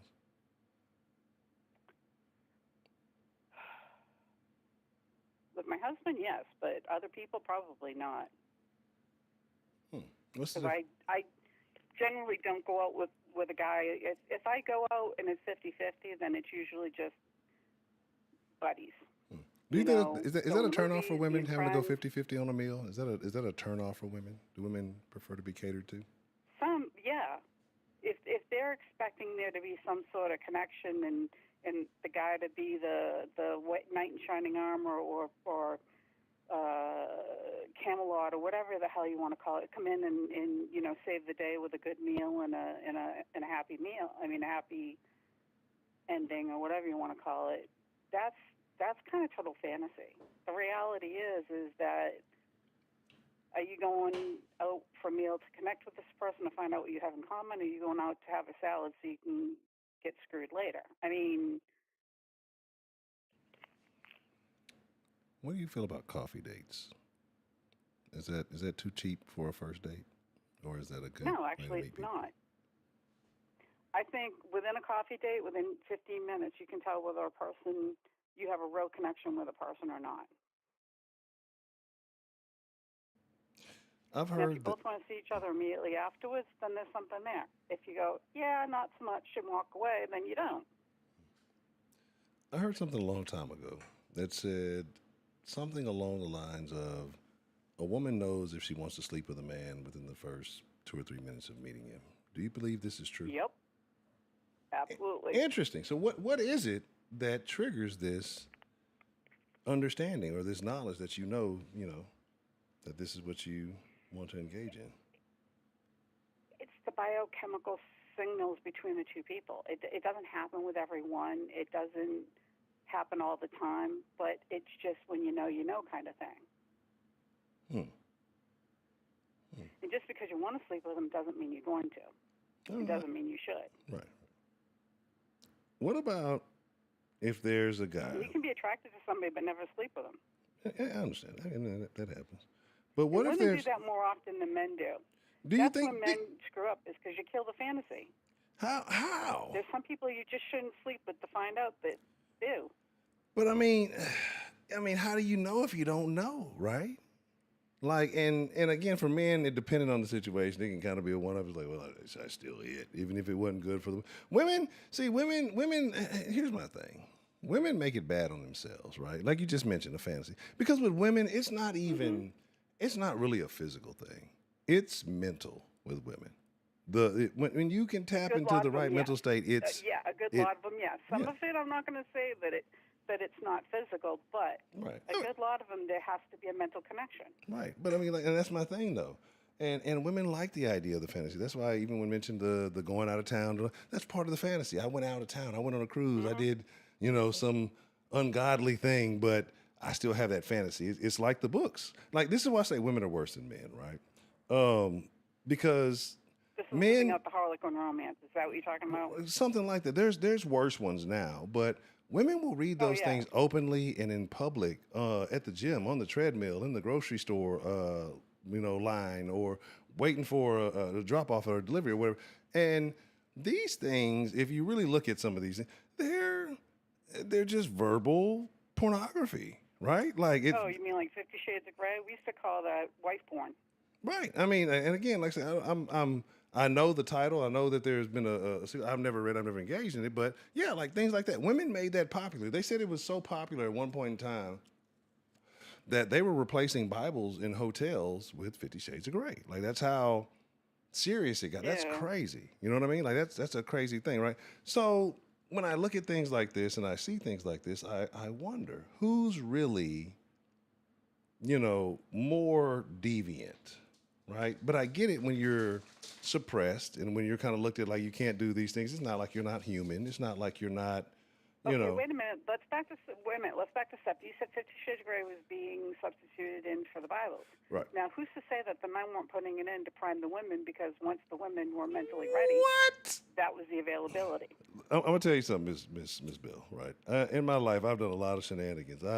I've maybe have leveraged myself. I've leveraged things that I know women like in my favor. Right? It may be alcohol. It may be weed. What's his name say on PWA? I accommodate you long as you fucking. Like if I know that these things are gonna be in my favor, I've never strategically placed a book in any kind of location. I hope she reads this and gets horny and it's going down tonight. Like that's never happened. So like I think that's not your thing, huh? right that not. I could tell some story, but we're not gonna tell them on the fucking on the YouTube. Nope. But like it's that's never been a part of my strategy, right? Like that's just never something I've even crossed my mind. So I believe if they're happening, I think these are.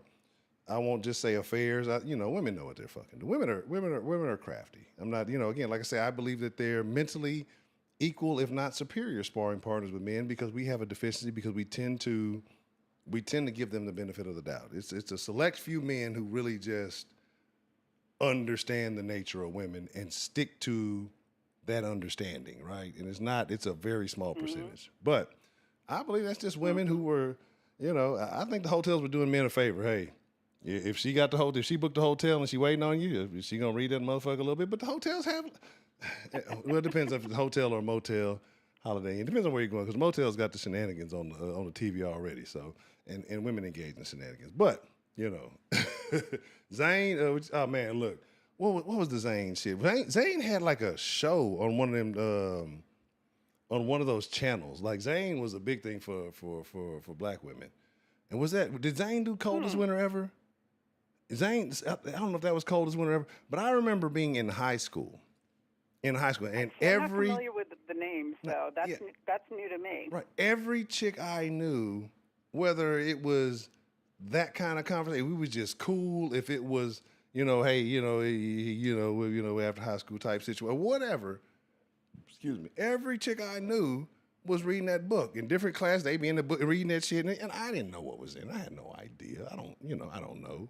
Right? Zane on HBO. It was on one of them. But again, like it would be these crazy ass books. And then as you get older, you learn women are terrible people. Right? Yeah, like we love y'all, right? And this is why men love hoes, because and not saying that women don't engage in women can be hoes and then turn back to ladies. Like I think that's the best combination, right? The lady who is the lady in the streets. Right, the lady in the so like the 99.92% of the population knows that hey, that's a lady, that's a good kind woman. But when those four walls are closed in, she's the hoe that men love. Like so, I think that hoe in the sheets, lady in the streets, or angel in the streets, devil in the sheets. Right, but it's kind of the same thing that y'all be reading in books about, right? Like it's always a dude about he's a billionaire or he's a business owner or he's this powerful figure. Right, and then okay, they're giving the man credibility. I mean, are you going to want to say he's a down and out, coke dealer or something like that? I mean, yeah, maybe in the black books, I'm sure it's a down and out coke dealer. But well, I wouldn't know about that. But what I'm saying is that they're still trying to give the guy some street cred in general. I mean, not legitimate. What do you call it? So, have you ever watched credibility among? Have you ever seen a Tubi movie? The social class. Have you ever seen a Tubi movie, Ms. What? Bill? Have you ever watched Tubi? Have I not seen a Tubi movie with you? Who are you talking to? Exactly. So here's the thing. We've watched a couple of Tubi movies in the den on Tubi Tuesdays. We got to bring that back. I'll make sure to get back on that next week. But the thing is that when we watch those couple of Tubi movies, other than that one, I think other than the white movie, but basically watching those 3 or 4 black movies, we watched every Tubi movie, right? Because it's all the same stuff. It's drug dealer. It's either drug dealer manipulated me or drug dealer put me on. And I was a executive CEO in this. It's all the same story, right? So when you say down and out drug dealer did it, that's a part of many of those stories, right? And all of the movies are the same. It depends on the budget. No, I mean, they're trying to give a bit better budget when they're corporate. See, so here's the thing. That's the only thing that is. Here's the thing, right? Because there's two Tubis. There's Tubi and there's Tubi, right? And Tubi is the more elegant, classy, creative side. Tubi is the nigga side of Tubi. Like, hey man, you watch that Tubi? That's what's going. That's where the Grinch stole the bitches. Like those type of movies. That's what's going on Tubi. This is a real movie. So like it's all the same. So you're talking about. I have to watch that one at Christmas. Oh no, that's an anytime terrible movie. But again, like I said, yeah, if you've seen one, you've seen them all, right? And I'm not hating Pretty on much. right or what's old buddy? What's his name? Not Mills. What's it? Quan Mills. Quan Mills. He's a popular black book writer. What is it? His thing is this hoe got roaches.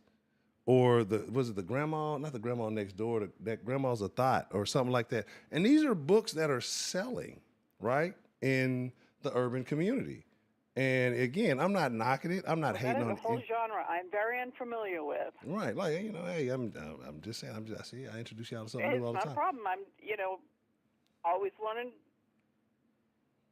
What do you think about hoes that got roaches? That's just gross. Interesting. I just can't stand them to begin with. Living in Florida and in the South, I don't do bugs at all. So that's not a male-female thing. That's nasty. Okay. Who do you think is cleaner, men or women? I'd like to say women, but I think it depends. Certain areas men are cleaner, and certain areas women are cleaner. Where do you think men are cleaner? In the bathroom and in their garage. Those are very important areas. Where do you think women are cleaner? In the bedroom and in the living room. Interesting. Very interesting. Okay. So any other thoughts that you kitchen, have? I wouldn't think too much with the kitchen, but depending, it can be. Anyway, yeah. Who are better cooks, men or women?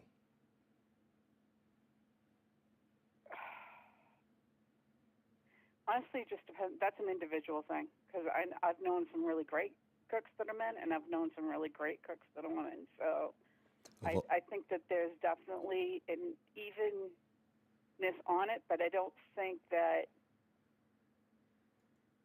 males and females tie in what they can do.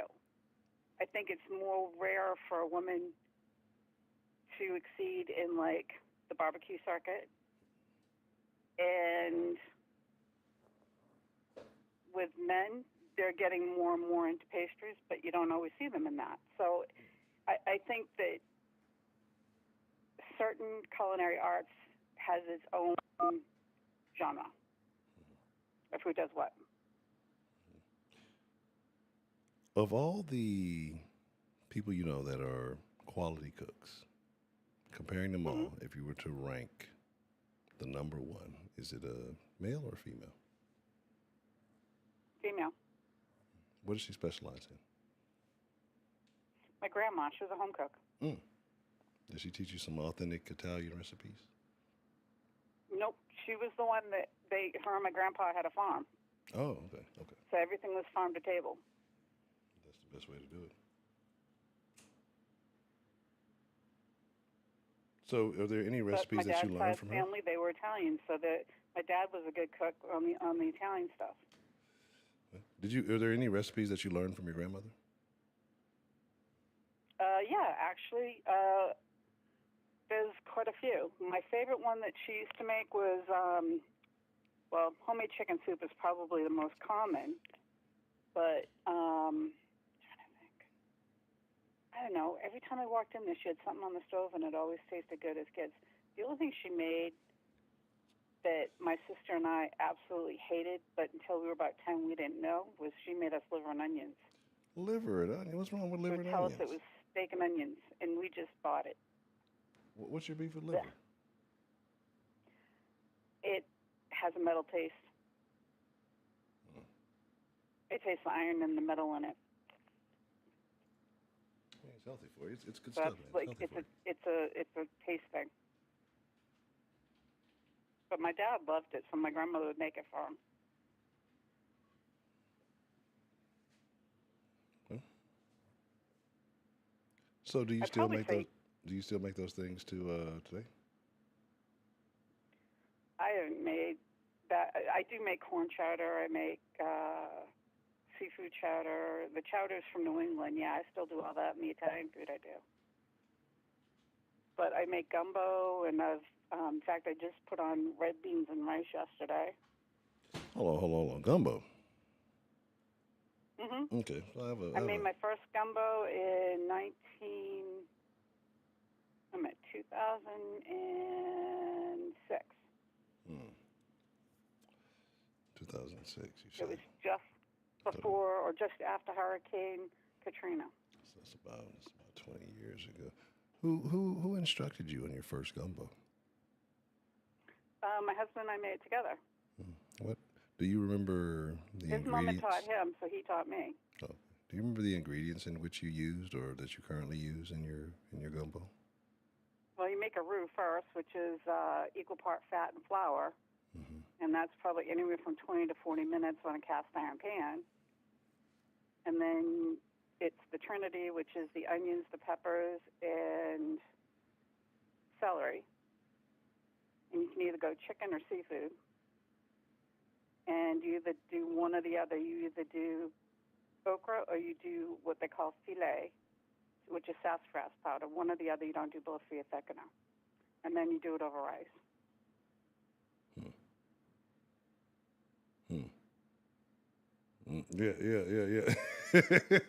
Jay Mel, no, he don't know. He know exactly what I'm on. Okay, I have, hey, okay. And when is the last time you said you made? You just made some, or you said that you intend to make some? No, red beans and rice is different. That's just you throw them in the Instapot, and then I just put it over rice afterwards. But it's probably been about 3 or 4 years since I've made a good gumbo. Okay.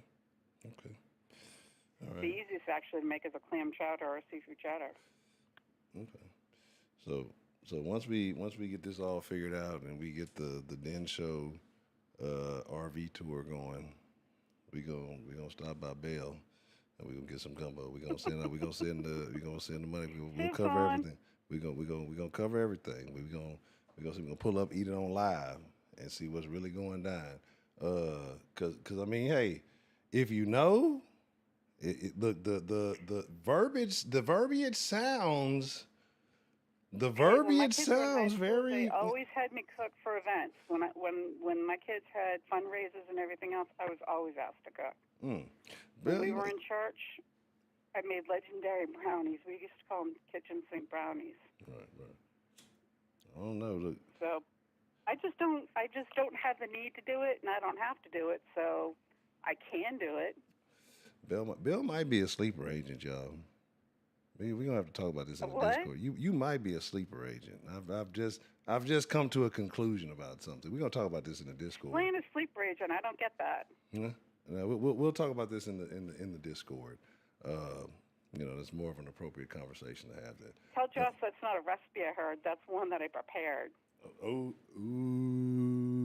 you heard that? You heard that? I don't play with my cooking. Oh, okay. And I'm not telling you now I haven't made mistakes. I have burned some shit. I have, I grew up in the generation where we would just learn how to deal with the microwave. We blew up hot dogs and scrambled eggs and burnt popcorn. And I can't tell you how many things of stuff that we needed to defrost that went under. Oh yeah, that was overcooked. So yeah, we blew butter up. I mean, these were the 80s, and we were just dealing with microwaves.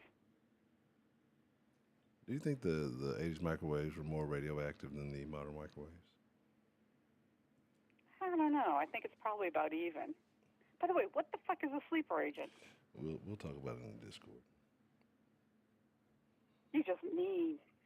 No, I mean, I just think it's just more appropriate to talk about it in the Discord. We'll okay. thoroughly explain it.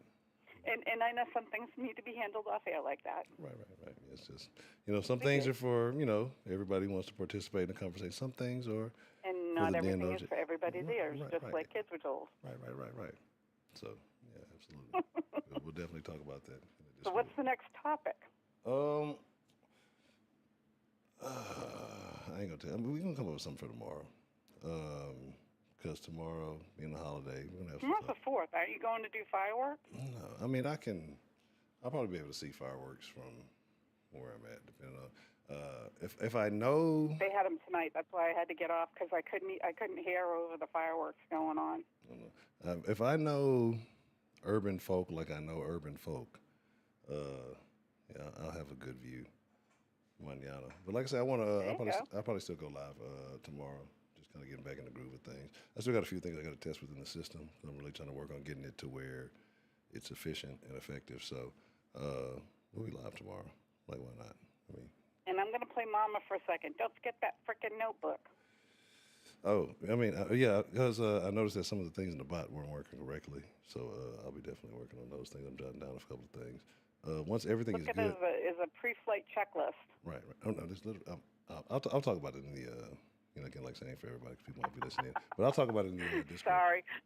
But no, like I said, it's. I I'm just doing want to that make sure. Mama thing. I just want everything to be smooth. Once everything gets smooth and so I can fully show the full functioning of everything, it's gonna be real cool. But until then, we're just Hey, testing were a few we things. supposed to do sensitive elections tonight? Right. That's kind of what I'm waiting on. Like I said, I want to just make sure everything's working. Right. It looks like right now, I think the bot's not even not acting right. So we'll still do it, or maybe we'll do it in the Discord. I mean, I've been saying that. So one way or another, we'll get that in action. But yeah, we were supposed to. But All right, it's all good. I figured it's about time I let Josh give you a quick call before you tune him out. terrible. We're gonna see what Mr. Mel, if he called in, what he has to say. But I definitely appreciate you calling in this evening, Miss Bell. And the bell has rung, and I thank you for being open and honest and sharing your perspective with us. Sure. I'm not vulnerable with that shit. I'm good. Alrighty. Don't look. All right, next caller. Right, not too much lavender. You have a good evening. I love my lavender. All right, you have a good night, Miss Bell.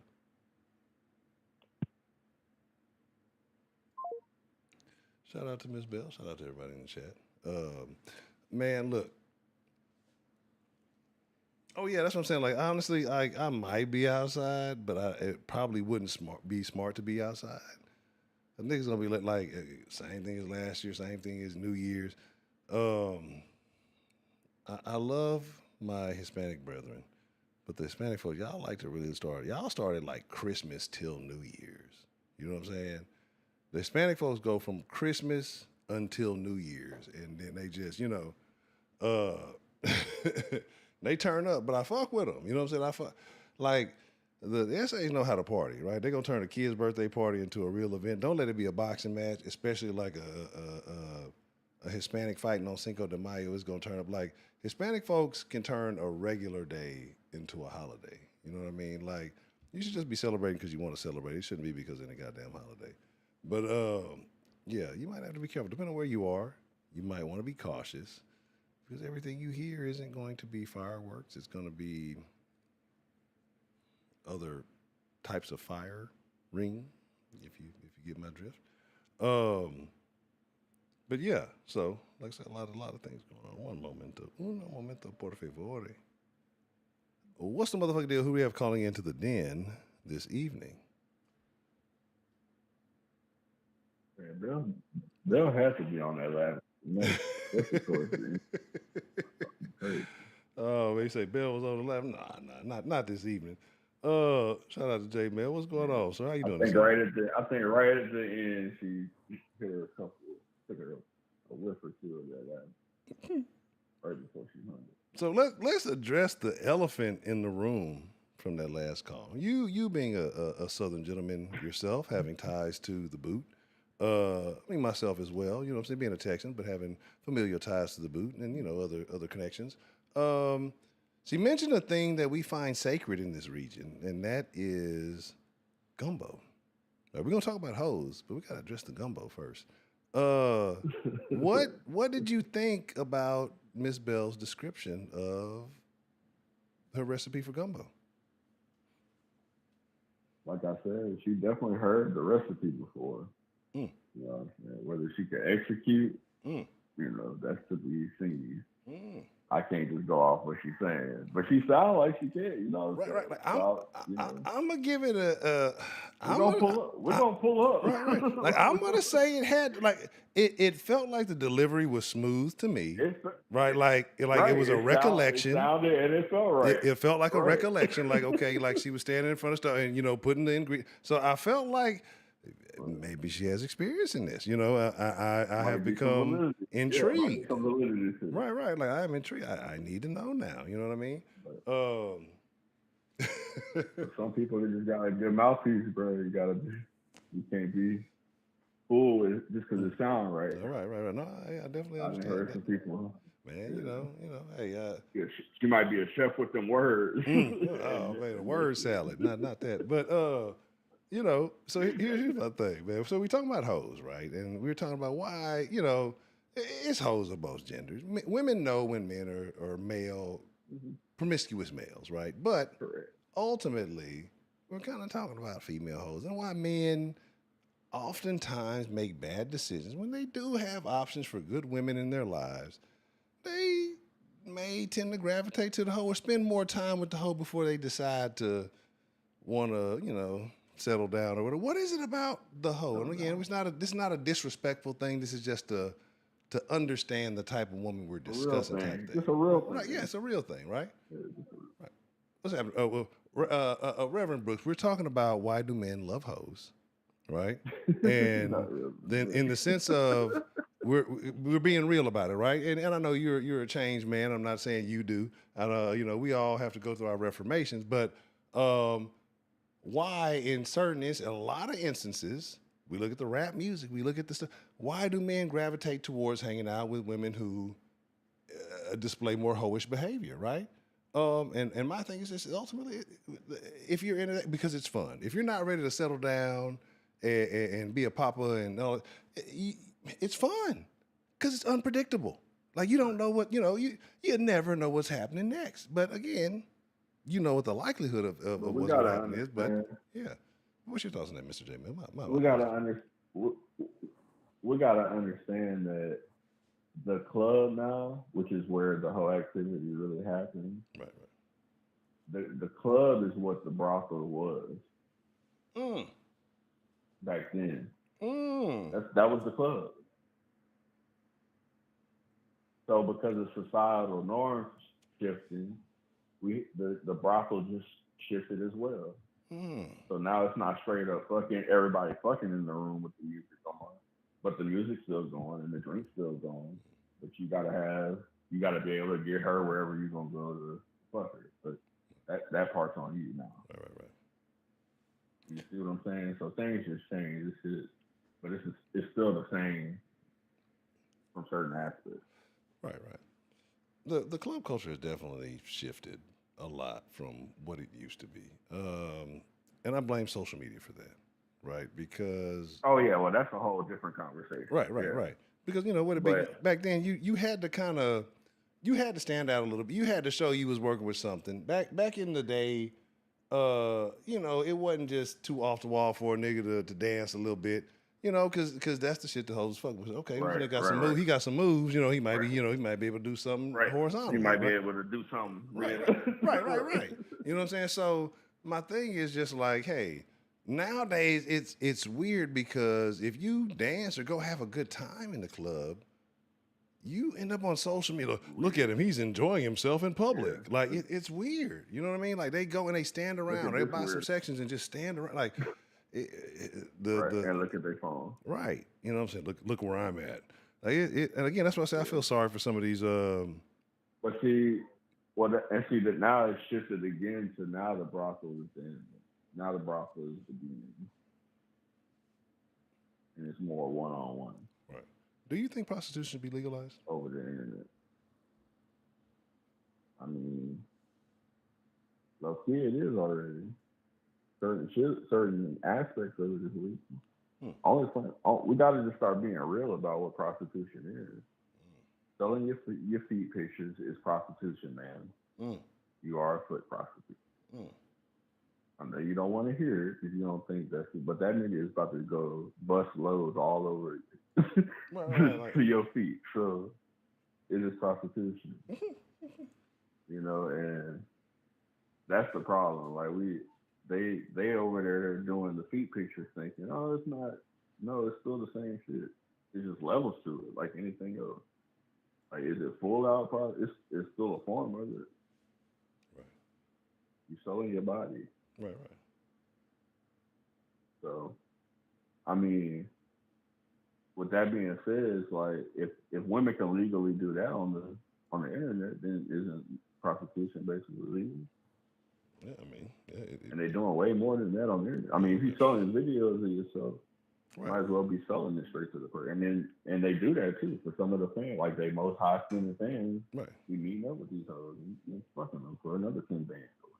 That whole dynamic is So is crazy. that not just straight up prostitution? Like, I mean, yeah, I mean it is. Pimpin' ain't dead. It just moved to the website. right. You know what right. I mean? But they trying to fool us that it's not fucking. It serves two purposes of them doing it. They're fooling us thinking that prostitution is still illegal, and it also gives those girls the grace to not say they're prostitutes. Right. They're content creators, or they're right. Adult content. Right. And you know, and I'm gonna be honest. You know, I could kind of be a hypocrite about it, right? Because the thing about it is, like, I get it. I understand the game, you know. And one part of me wants to be like, hey, man, do what you got to do. Get your money, you know, do what it is. It is what it is.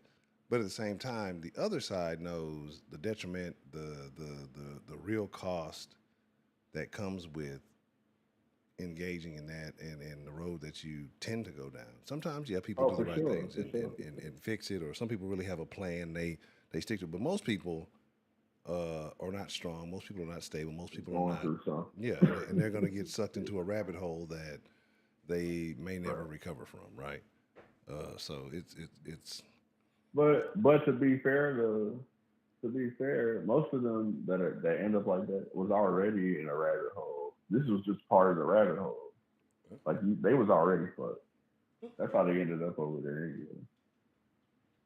And that's my whole thing is like, let's just start being all the way real about shit, man.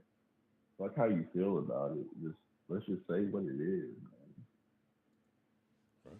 That's the problem. Like nobody want to just say what it is. Everybody want to patty cake everybody. Like, stop being a bunch of sissies. Right. That's part of the problem. When you change up the verbiage that you use to explain things, to talk about shit. Oh damn, they got you sound like robot man, bro. You said it sounds like a robot? Hold on 1 minute.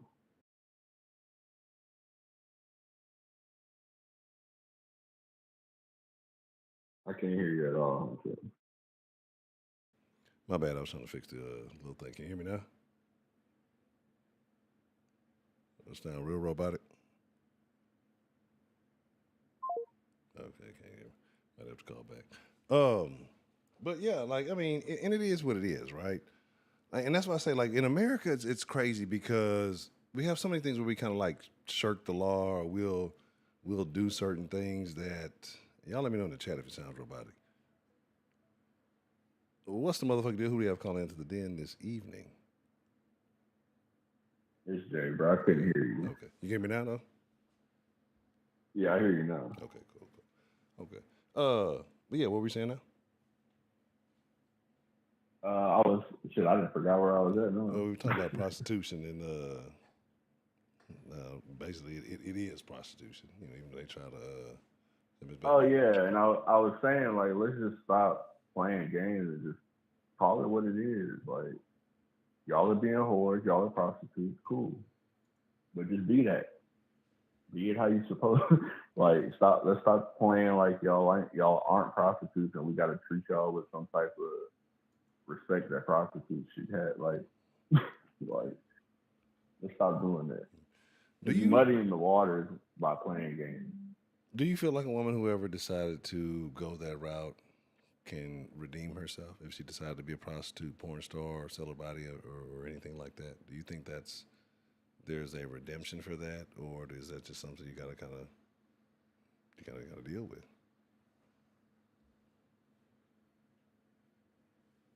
I don't even know if I believe in redemption anymore. Mm. I think if you fuck up, you just fuck up, and like just do your best to be better, man. Like Right. it's just not you like nothing you gonna ever do can erase what you already done. Right. So it's like, is redemption real? If you can't erase it, what is redemption? Right. But once it's gone, I mean, isn't it done? Isn't it is what it is at that point? Like, I mean, because again, like you can't erase it, but it That only too, exists in like memory. that too. You gotta have that mentality, right? Right. So like you gotta have that mentality, just move on from shit. But I think it would be easier to do that if we just call shit for what it was. Right. It's when all the games come into play. That's when you start to muddy the waters on what it is and what it ain't. And all the questions come about. Right.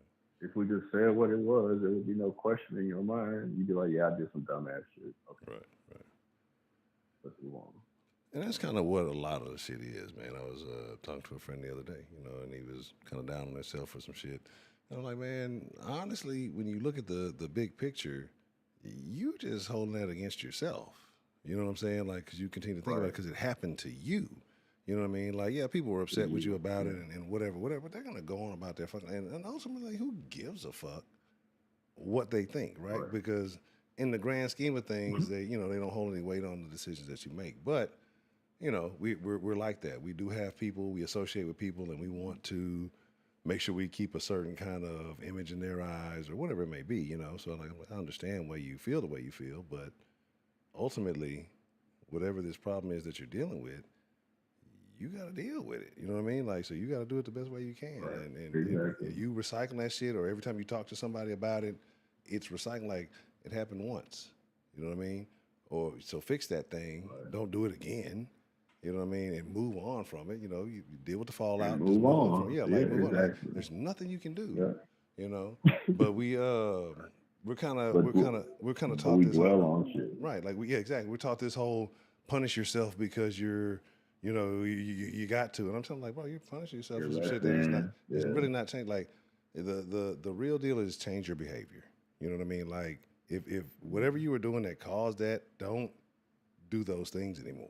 You know what I mean? Versus sitting here saying, I'm gonna just punish myself a whole lot because what are you really doing? You know what I mean? Like it's some weird shit to yourself, but it's not necessarily changing you. It's not necessarily improving you, man. Like just don't do that shit no more. Just hey. Right. And that's called being accountable. Right. Like somehow the conversation always comes back to that. Right, exactly. That's what it is though. People don't want to be accountable for the shit they do. And just accept what you did and keep it pushing. Exactly. I mean, that's literally you already all did. You You can can't do. change. Right. That's literally all you can do. That's literally the only option that you have. But it's just the way you view it, the way you look at it, or the way you apply your perspective to it. That whatever outcome you're going to get from that. But I'm trying to figure out what it's about. It's fucking tripping, but it is what it is. Yeah, man, and that's kind of the thing, right? Because we get taught a lot of nonsense, and again, I understand why. I understand why people are, encouraged to do things they do, but it's like we're never really taught how to deal with our own nonsense, right? And that's why niggas express themselves through fucking with hoes. See how I brought that shit full circle? Niggas thought I wasn't gonna bring the shit full circle. Niggas thought I was gonna go on the radio. You know what I'm saying? Niggas don't know what to do with themselves, so they start fucking with these hoes because the hoes is fun. You know what I'm saying? So like I said, I'm telling you, I'll bring this shit all the way back around. You know what I'm saying? That's how it go down. But I mean, and that's the thing, right? Like it is. Hoes are fun, and they're not bad people. They're misguided people, but. If you're trying to get over some nonsense and some shenanigans or whatever you got going, if you're trying to get over a down period in your life, there's no better way. There's no better way you're going to get over than fucking with a hoe. You feel better than ever. Right. But you got to know your limit, like you mentioned, because like you're going to get too comfortable. You're like, man, I really fuck with this hoe. And then you're going to remember, oh, this bitch is a hoe. You know what I'm saying? and you're not going to like that outcome, right? Like, so you got to learn where the boundaries are drawn. You got to learn where to jump off that train. You know what I'm saying? But They're not bad people to be cool with. Like, I mean, hoes serve a purpose. And stuff. I just wish hoes would do. I wish hoes were more observant and just see the niggas who really I struggling can't out hear there. a word you say out there. You straight robot. You can't hear. Ah, that is terrible. That's terrible. Hold on a second. I'm try to redo the call or something. Yeah. That's crazy. Why is it roboting? Hold on 1 second. Let me see something here. Hey, look, the phone tripping, so I'm gonna go ahead and call it, but I'm gonna get back in the stream here. What you saying? All right, that's a BT. That's a bet, man. Yeah, what phone trip? That's terrible. But yeah, like the hoes could really save the world, right? And we'll get ready to wrap it up here shortly. But hoes could really save the world. And when I say that, it's like if hoes are more observant and see the niggas that's really going through it, like it's some niggas that's really going. You can tell they at their boiling point, and just you know. Do your whole thing. You know what I'm saying? Like do the whole activities, the whole tendencies. Hoes are your friend. Hoes are your enemy. Look, hey, I was saying something about this. I don't know, we ain't really that deep in there, so I don't care. But T.I. was talking recently about how he ain't gonna do a versus because that's poor people activity, right? One, which is some crazy shit to say. It's just, nigga, what? Like, that's some stupid shit to say, right? Like, it really is. But I was thinking about it. I'm like, why? I was thinking about like, what artists were really prominent when Tip had a run? You know what I mean? And who would give him the most flack? And honestly, I would understand why he would, because to me, it would be Luda, right? A motherfucker who's claiming the same little area you from, who was running red hot at the same time that you was, you know what I'm saying? And the nigga could rap, right? Like, niggas didn't give Luda his due. Niggas don't want to give Luda. Luda could fucking rap. Like, he switched over to the Fast and Furious shit. I don't know how many he was in because I didn't really watch that shit. I stopped at 2. I don't think I got past Fast and Furious 2. That was it. But let's be honest. Like, let's talk about commercial success, overall appeal, you know, whatever. If Luda had to go, if T.I. had to go up against, it's gonna be ugly for T.I. It's gonna be like, niggas may not admit it, like super hood niggas might, ain't fucking no Luda. Niggas, but if you're talking about overall commercial, Luda gonna blow him out the water, bro. Like, it's just, it's so many. Like, we don't give Luda respect he deserves, bro. Luda. Like, Luda used to get on that motherfucker like, it like crazy song. What was that? Whatever that little weird song. Like, it'd be little weird beats. It would be whatever. Get back. You don't know me like that. Move, bitch. All kind of little shit. And then Luda on his actual, Luda could fucking rap. Like, Luda could fucking rap, nigga. Like that's niggas forgot because he got it in the movies or whatever, you know what I'm saying? And I guess that, you know, that upped his ante, that upped his price. Luda could fucking rap. It's Saturday,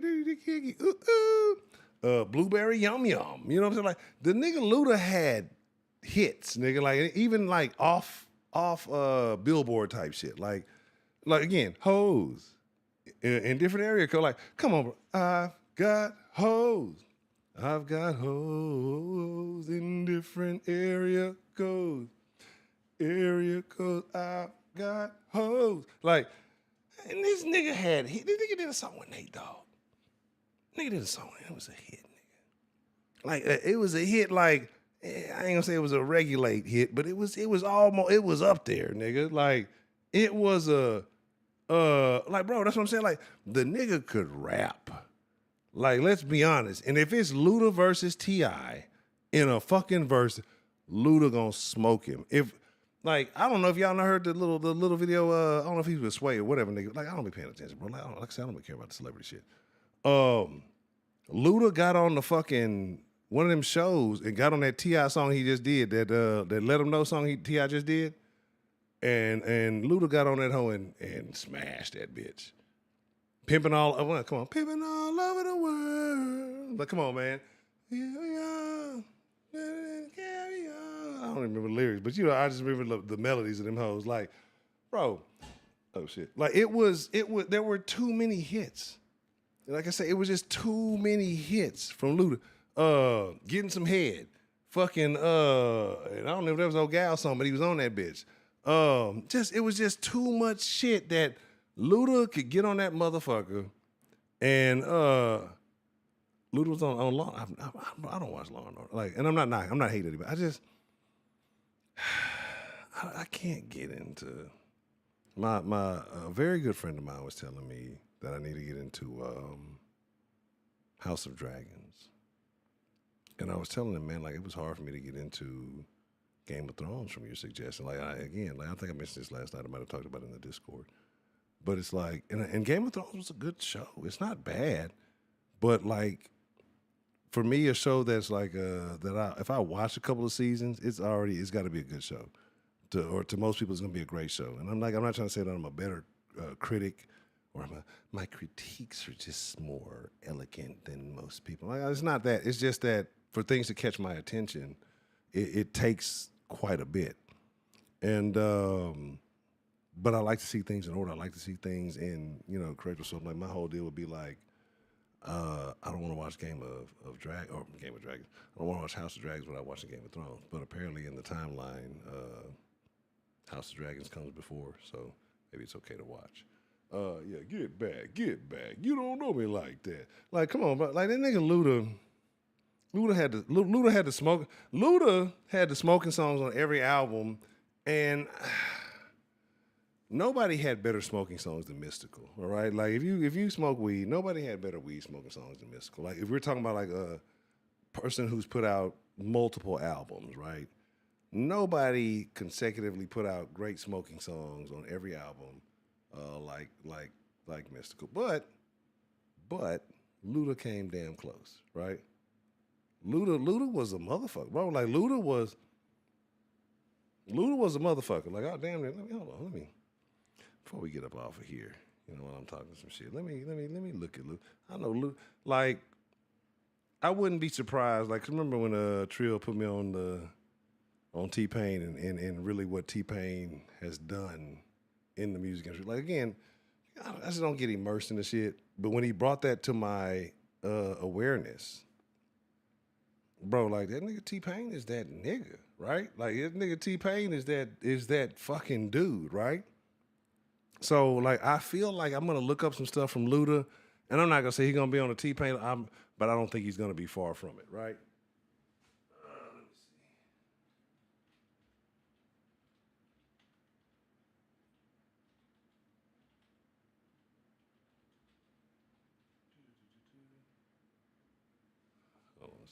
Let's look under. We'll look under Wikipedia.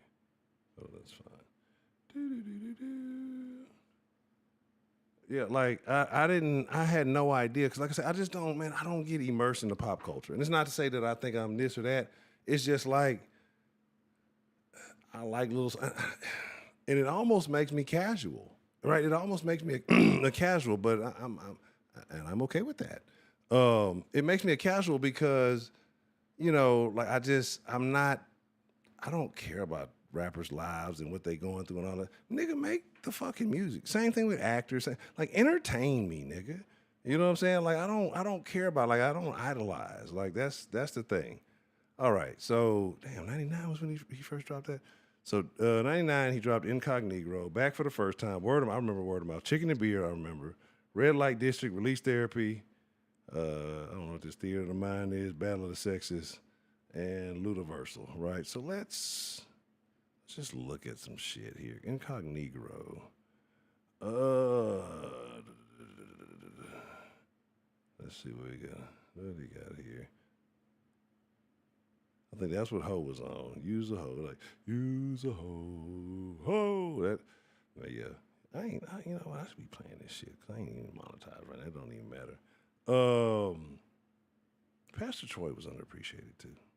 So Incognito, I remember if I recall, like Incognito, a lot of motherfuckers wasn't really just on that.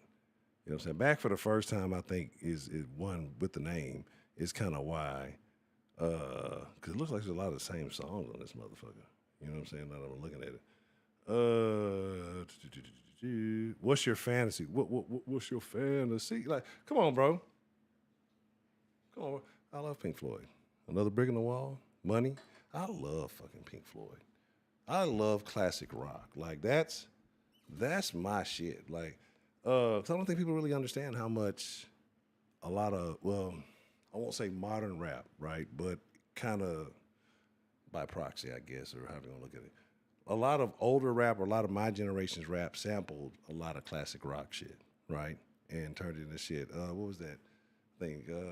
Didn't Jay Z sample Chicago on that one of them Nas disses? Like a bunch of shit. Anyway, but we don't. A lot of folks don't recognize those samples, right? But now that the youth are using samples from those samples, they're also engaging in that same music. Like classic rock puts you in a different mindset. Like I fuck with Floyd, I fuck with Skinner, I fuck with Allman Brothers, I fuck with Doors, I fuck with all that shit. Like again, I fuck with some Beethoven. Like you really gotta diversify your bonds, nigga. You say T.I. got hits too, but yeah, no, that's what I'm saying. Like we're gonna have to talk about it in the Discord because again, I don't think because again we know how we kind of have our rules, like we do a hot 20 or whatever. I believe if we drop T.I. or the top 20 songs Luda was on versus the top 20 T.I.'s, Luda might have that. We gotta have a real discussion about this. Like, I ain't gonna go all the way deep into it. I'm just looking at some shit. Southern Hospitality, right? What's your fantasy? Like that's what I'm saying. Like. And niggas who know remember Fat Rabbit. Luda just didn't get the love he deserved, right? But once he kind of had his little run, he was on Roll Out, Area Code, Roll Out, dun dun dun dun dun dun, that old crazy shit. You know what I'm saying? Saturday, move, bitch, get out the way, ho. Like, bro, look, that nigga. Hold on, let me just. I had a partner. That nigga loves some Luda. Like we would all be like, "Hey, nigga, Luda cool," but yeah, you know what I'm saying. Then that was like when H-Town was dropping shit. That was like when we was fucking with like Lil Old Fat Rat with the cheese. That's when Zero was dropping a bunch of shit. Like it was around that time. But we had a partner. His nigga fuck with Luda, super tough. Like every time we rolled with that nigga, the nigga had the livest car. That was the crazy because the nigga had the livest car in high school. It was like we had to listen to some goddamn Luda. We ran into somebody listening to some goddamn Luda. Nigga got too goddamn close. Nigga, yeah, he was too excited. Listen to some Luda. We done got into a motherfucking accident and then burnt off from the scene. I don't know what the statute of limitations is, but it is what it is. Anyway, pussy popping on the handstand, head down. Like I say, man, bro, stand up, blow it out. I don't remember blow it out. Splash water. I remember splash water. I remember diamond in the back. Like, come on, man. Like Luda was dropping hits, nigga. Like, let's be honest, right? Get back, you don't know me like that. Number one spot, pimping all over the world. Blueberry Yum Yum. I don't even think that was like a mainstream song. That hoe just used to jam. Like, if you was smoking, you was fucking with that. Yeah, man. Like, Luda was putting out. Like, I genuinely believe if we look at it. Shake Your Money Maker, yeah. Grew Up a Screw Up. Oh, yeah, I remember Runaway Love. Runaway Love. I don't remember Girls Gone Wild Slap. I don't remember that one either. I know when my, like, keeping up with fucking music and shit started to change. What them girls like, Wish You Would, Undisputed, Last of a Dime Breed, One More Drink, Nasty Girl. I don't remember none of them hoes. Let's see. Battle of the Sexes. How Low. I remember My Chick Bad. I remember whatever Sex Room was. I remember that was like a feature. I don't remember Everybody Drunk. I don't know nothing about that shit. Slap, slap, slap, slap. Something I do remember that whole like with some slap it away. Something. It was like kind of different. If I'm not tripping. Something like that. And if that's the case, now that I think about it, then maybe. You know what I'm saying? If that's not it, then I don't know what the fuck I'm talking about. Let's see. Good Lovin'. I don't know nothing about Luda. Good Lovin'. I don't know nothing about Luda in the 2010s, if we being honest. And I guess the last shit was Ludaversal 2010. Good Lovin', Come and See Me. Grass is always good. I don't know nothing about none of that shit. Yeah, man, but that's what I'm saying. Like, I think that we're going to have to talk about it in the Discord, right? And so I know I already kind of went a little long talking out the side of my ass. But I do appreciate the calls, right? I do appreciate the conversation. We're gonna rock tomorrow night, and tomorrow night, I guess I'll give y'all a little heads up. I think we're gonna have a generational battle. We're gonna see who's gonna show up to represent for their generation, right? I don't know if we got any Gen Z representatives, but you know, we might have to take boomers versus Gen X versus millennials versus the few Gen Z folks that we have that do watch the Den from time to time. And we're going to do a battle of the generations, right? And to see who the real greatest generation is. Because I personally believe, good night, Ms. Bell. I feel like snapping it again. That's right. Okay, that's what it is. I personally believe and I hate to kind of say it, like as much as I respect Gen X, I have to give credit to the millennial generation, right? Especially that early millennial generation, because that's kind of that best borderline crossover area. You know what I mean? We really are. So we're going to talk about that. We're going to talk about things and that each generation brought to the table that they benefited society with. And so we'll see who really had it the best, who was really the greatest generation, who really was on some bullshit. That's the planned topic, right? Like, now if some crazy shit happens, then we're going to change up the topic. We're going to talk about whatever, right?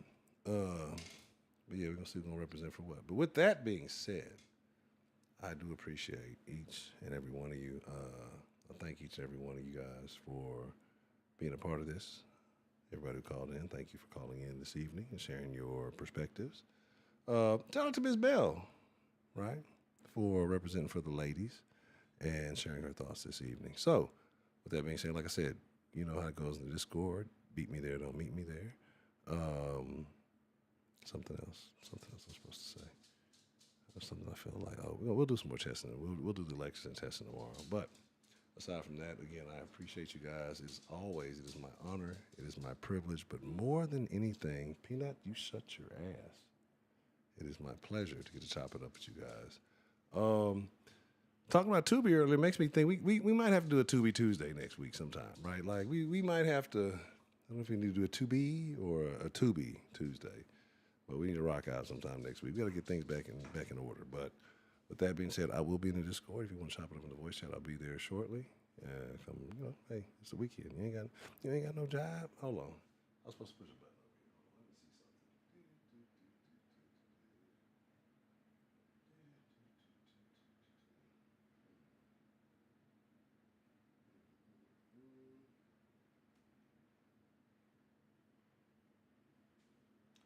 I don't know if that even played. Did y'all hear that? Let me see something.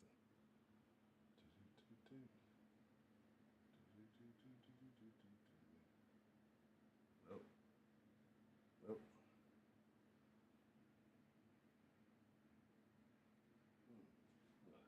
I don't even know what the fuck that shit is. I can't read that, so I'm gonna have to get that set up properly.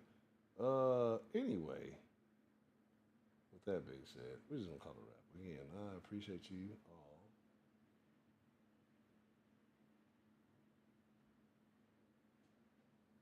That's crazy. Y'all hear that? Is it actually playing? I don't hear it on my end. Oh, I know why. Oh, yeah. There's powerful niggardry at work here.